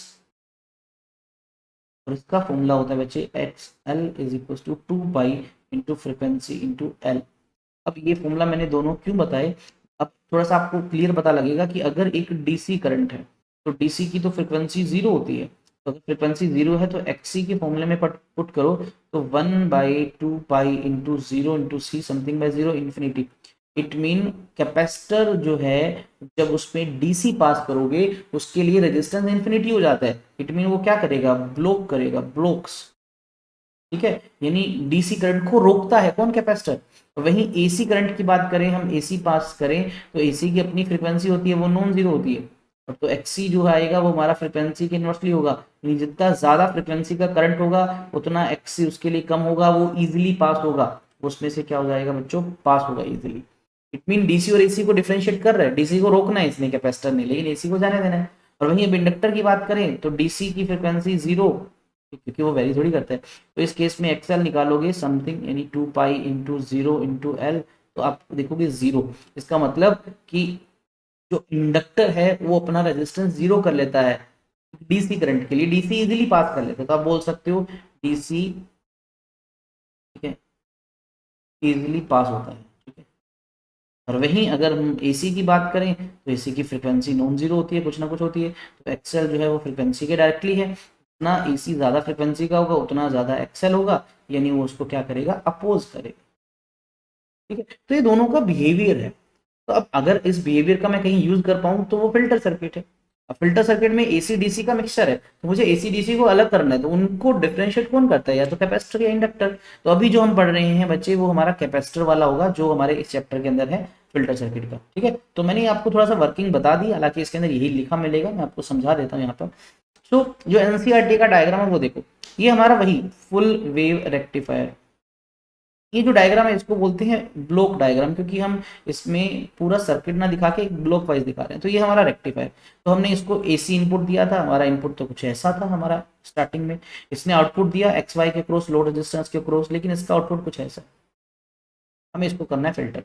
हमने क्या किया, यहाँ से जो करंट आ रहा है बच्चों वो आप बोलो एसी और डीसी का मिक्सचर है ना। तो हमने क्या किया, यहाँ पर लगाया सबसे पहले कैपेसिटर, कि वो फिल्टर सर्किट के अंदर यूज होता है, और यहाँ लगा दिया हमारा लोड रेजिस्टेंस। और आपको पता है जैसे ही यहाँ से एसी डीसी आएगा तो अब बताओ इस नीचे कैपेसिटर में से कौन सा करंट पास होगा, पास होगा, क्योंकि डीसी को तो ये रोकता है, तो एसी चुपचाप यहाँ से बाईपास हो जाएगा, और यहाँ पर इस साइड में आगे बढ़ के इधर कौन आएगा, इधर सिर्फ और सिर्फ डीसी मिलेगा, तो हमें लोड रेजिस्टेंस पे डीसी करंट मिल जाता है। तो हमारा ये इनिशियली इनपुट था, ये इनिशियल इनपुट है, और जो रेक्टिफायर ने दिया था वो हमारा इस तरह का आउटपुट था, और ये लगाने के बाद फिल्टर सर्किट जो लोड रेजिस्टेंस पे ऑलमोस्ट हमें कुछ इस तरह का मिलता है। देखिए ये हमारा आउटपुट है, ठीक है, ये थोड़ा सा यहाँ ऊपर है क्योंकि एग्जैक्ट नहीं देता, लेकिन हाँ ऑलमोस्ट देखो कांस्टेंट जैसा हो गया, यूनिडायरेक्शनल हो गया। तो ये फिल्टर सर्किट कैपेसिटर लगाने के बाद का आउटपुट है। इस पे क्वेश्चन आ सकता है कि फिल्टर सर्किट लगाने के बाद आउटपुट कैसा होता है, तो ये वाला आउटपुट है। आपको ये ग्राफ और ये डायग्राम आना चाहिए। तो इस तरह से हमारा चैप्टर कंप्लीट हो गया, बस एक आधा क्वेश्चन है वो हम प्रैक्टिस कर लेते हैं। तो हमें क्वेश्चन में गिवन क्या है, एक पीएन जंक्शन डायोड मुझे दिख रहा है, और कुछ रेजिस्टेंस लगे हुए हैं, एक बैटरी लगी है, और करंट की ऑलरेडी वैल्यू दे दी कि यहाँ से जो करंट जा रहा है वो जा रहा है 0.1। आपको इस पीएन जंक्शन डायोड का रेजिस्टेंस बताना है, तो मुझे नहीं पता, लेटर से एक्स है। तो सबसे पहले चेक करो यार फॉरवर्ड बाइस है या रिवर्स। तो भाई ये प्लस वाला साइड पी से, एन वाला माइनस से, हाँ फॉरवर्ड बाइस है। अब देखो टोटल सर्किट का जो रेजिस्टेंस है, टोटल रेजिस्टेंस वो कितना होगा, टोटल रेजिस्टेंस होगा ये जो भी वैल्यू है एक्स प्लस 30 प्लस 10, तो कुल मिला के मैं लिख दूं 40 प्लस एक्स, ये हमारा रेजिस्टेंस हो गया। अच्छा अब आपको क्या दे रखा है, वोल्टेज भी दे रखी है सर्किट की, तो सर्किट की वोल्टेज हमारे पास 5 वोल्ट है, सर्किट का जो इलेक्ट्रिक करंट है, ठीक है, वो कितना है बच्चे 0.1 एम्पियर है। तो यहाँ से हम टोटल रेजिस्टेंस निकाल लेते हैं। तो रेजिस्टेंस जो आता है वो V अपॉन आई है, तो V upon I 5 divide by 0.1 तुम्हारा है 50 ओम। तो यानी ये जो है 40 प्लस एक्स 50 ओम के साथ इक्वेट करें अकॉर्डिंग टू क्वेश्चन भाई 50 ohm must be equals to 40 plus X, तो एक्स हमारा आ जाएगा 10 ओम। तो यानी हमारा ये जो पीएन जंक्शन डायोड है इसका रेजिस्टेंस 10 ओम है। Simple basic electricity based question, ये आपका सोल्व कर रखा है। ओके, तो एक आधा क्वेश्चन और हमने इस तरह का हालांकि प्रैक्टिस किया था। ये एक पीएन जंक्शन डायोड है, एक रेजिस्टेंस है, इस बार बैटरी दो लगी है, दोनों की दूसरी साइड अर्थिंग से जुड़ी है, यानी ये 0 वोल्ट ये 0 वोल्ट। लेकिन पीएन जंक्शन को कौन सा साइड मिल रहा है, ये वाला, इट मीन इसको मिल रहा है -1 वोल्ट और यहाँ उसको मिल रहा है -3 वोल्ट मिल रहा है। तो देखो -1 बड़ा होता है एंड -3 छोटा होता है, तो ये हमारा फॉरवर्ड बाइस हो गया। ठीक है, हमें करंट फ्लो कैलकुलेट करना है, तो करंट के लिए, लेकिन इससे पहले एक चीज दे रखी है, ये आइडियल है, आइडियल है तो हम इसका रेजिस्टेंस नहीं काउंट करेंगे। तो सर्किट का टोटल रेजिस्टेंस होगा 0 प्लस 200, तो इसका तो काउंट नहीं करना, तो टोटल हमारा 200 ओम हुआ। हमारा जो पोटेंशियल डिफरेंस है भाई -1 और -3 का डिफरेंस तो 2 वोल्ट होता है, तो हमारा जो करंट होगा वो क्या होगा 2 डिवाइड बाई 200, तो हमारा ये वैल्यू आई 1/100, आंसर आएगा 0.01 एम्पियर। हमने ये शायद क्वेश्चन सोल्व किया था, इसके जैसा ही था। ठीक है, तो इस तरह से हमारा ये चैप्टर कंप्लीट हो चुका है। तो इसकी हमने एक पहले भी वीडियो डाली थी, जिस बच्चे ने वो नहीं देखी तो उसका फर्स्ट पार्ट देख सकता है। ये बहुत इंपॉर्टेंट चैप्टर है जो टोटल 7 मार्क्स कंटेन करता है आपके सीबीएसई बोर्ड एग्जाम में। तो अब इसके बाद मिलेंगे नेक्स्ट वीडियो के साथ। जिसने पहले वाली वीडियोस नहीं देखी तो डिस्क्रिप्शन में प्लेलिस्ट गिवन है, आप वहां से जाके पीछे वाली वीडियो देख सकते हैं। और इस वीडियो का पीडीएफ अगर चाहिए तो आप डिस्क्रिप्शन में देखेंगे, वहां पर इसका भी लिंक मिल जाएगा। एंड जल्दी ही क्वेश्चंस की भी सीरीज लाएंगे, पहले एक बार हम चैप्टर्स खत्म कर लेंगे, फिर हर चैप्टर के बहुत सारे क्वेश्चन प्रैक्टिस करवाएंगे एक साथ। तो मिलते हैं अगली वीडियो में। अगर वीडियो अच्छा लगी तो वीडियो को लाइक करना, चैनल पे पहली बार है चैनल को सब्सक्राइब कर देना। जय हिंद, जय भारत।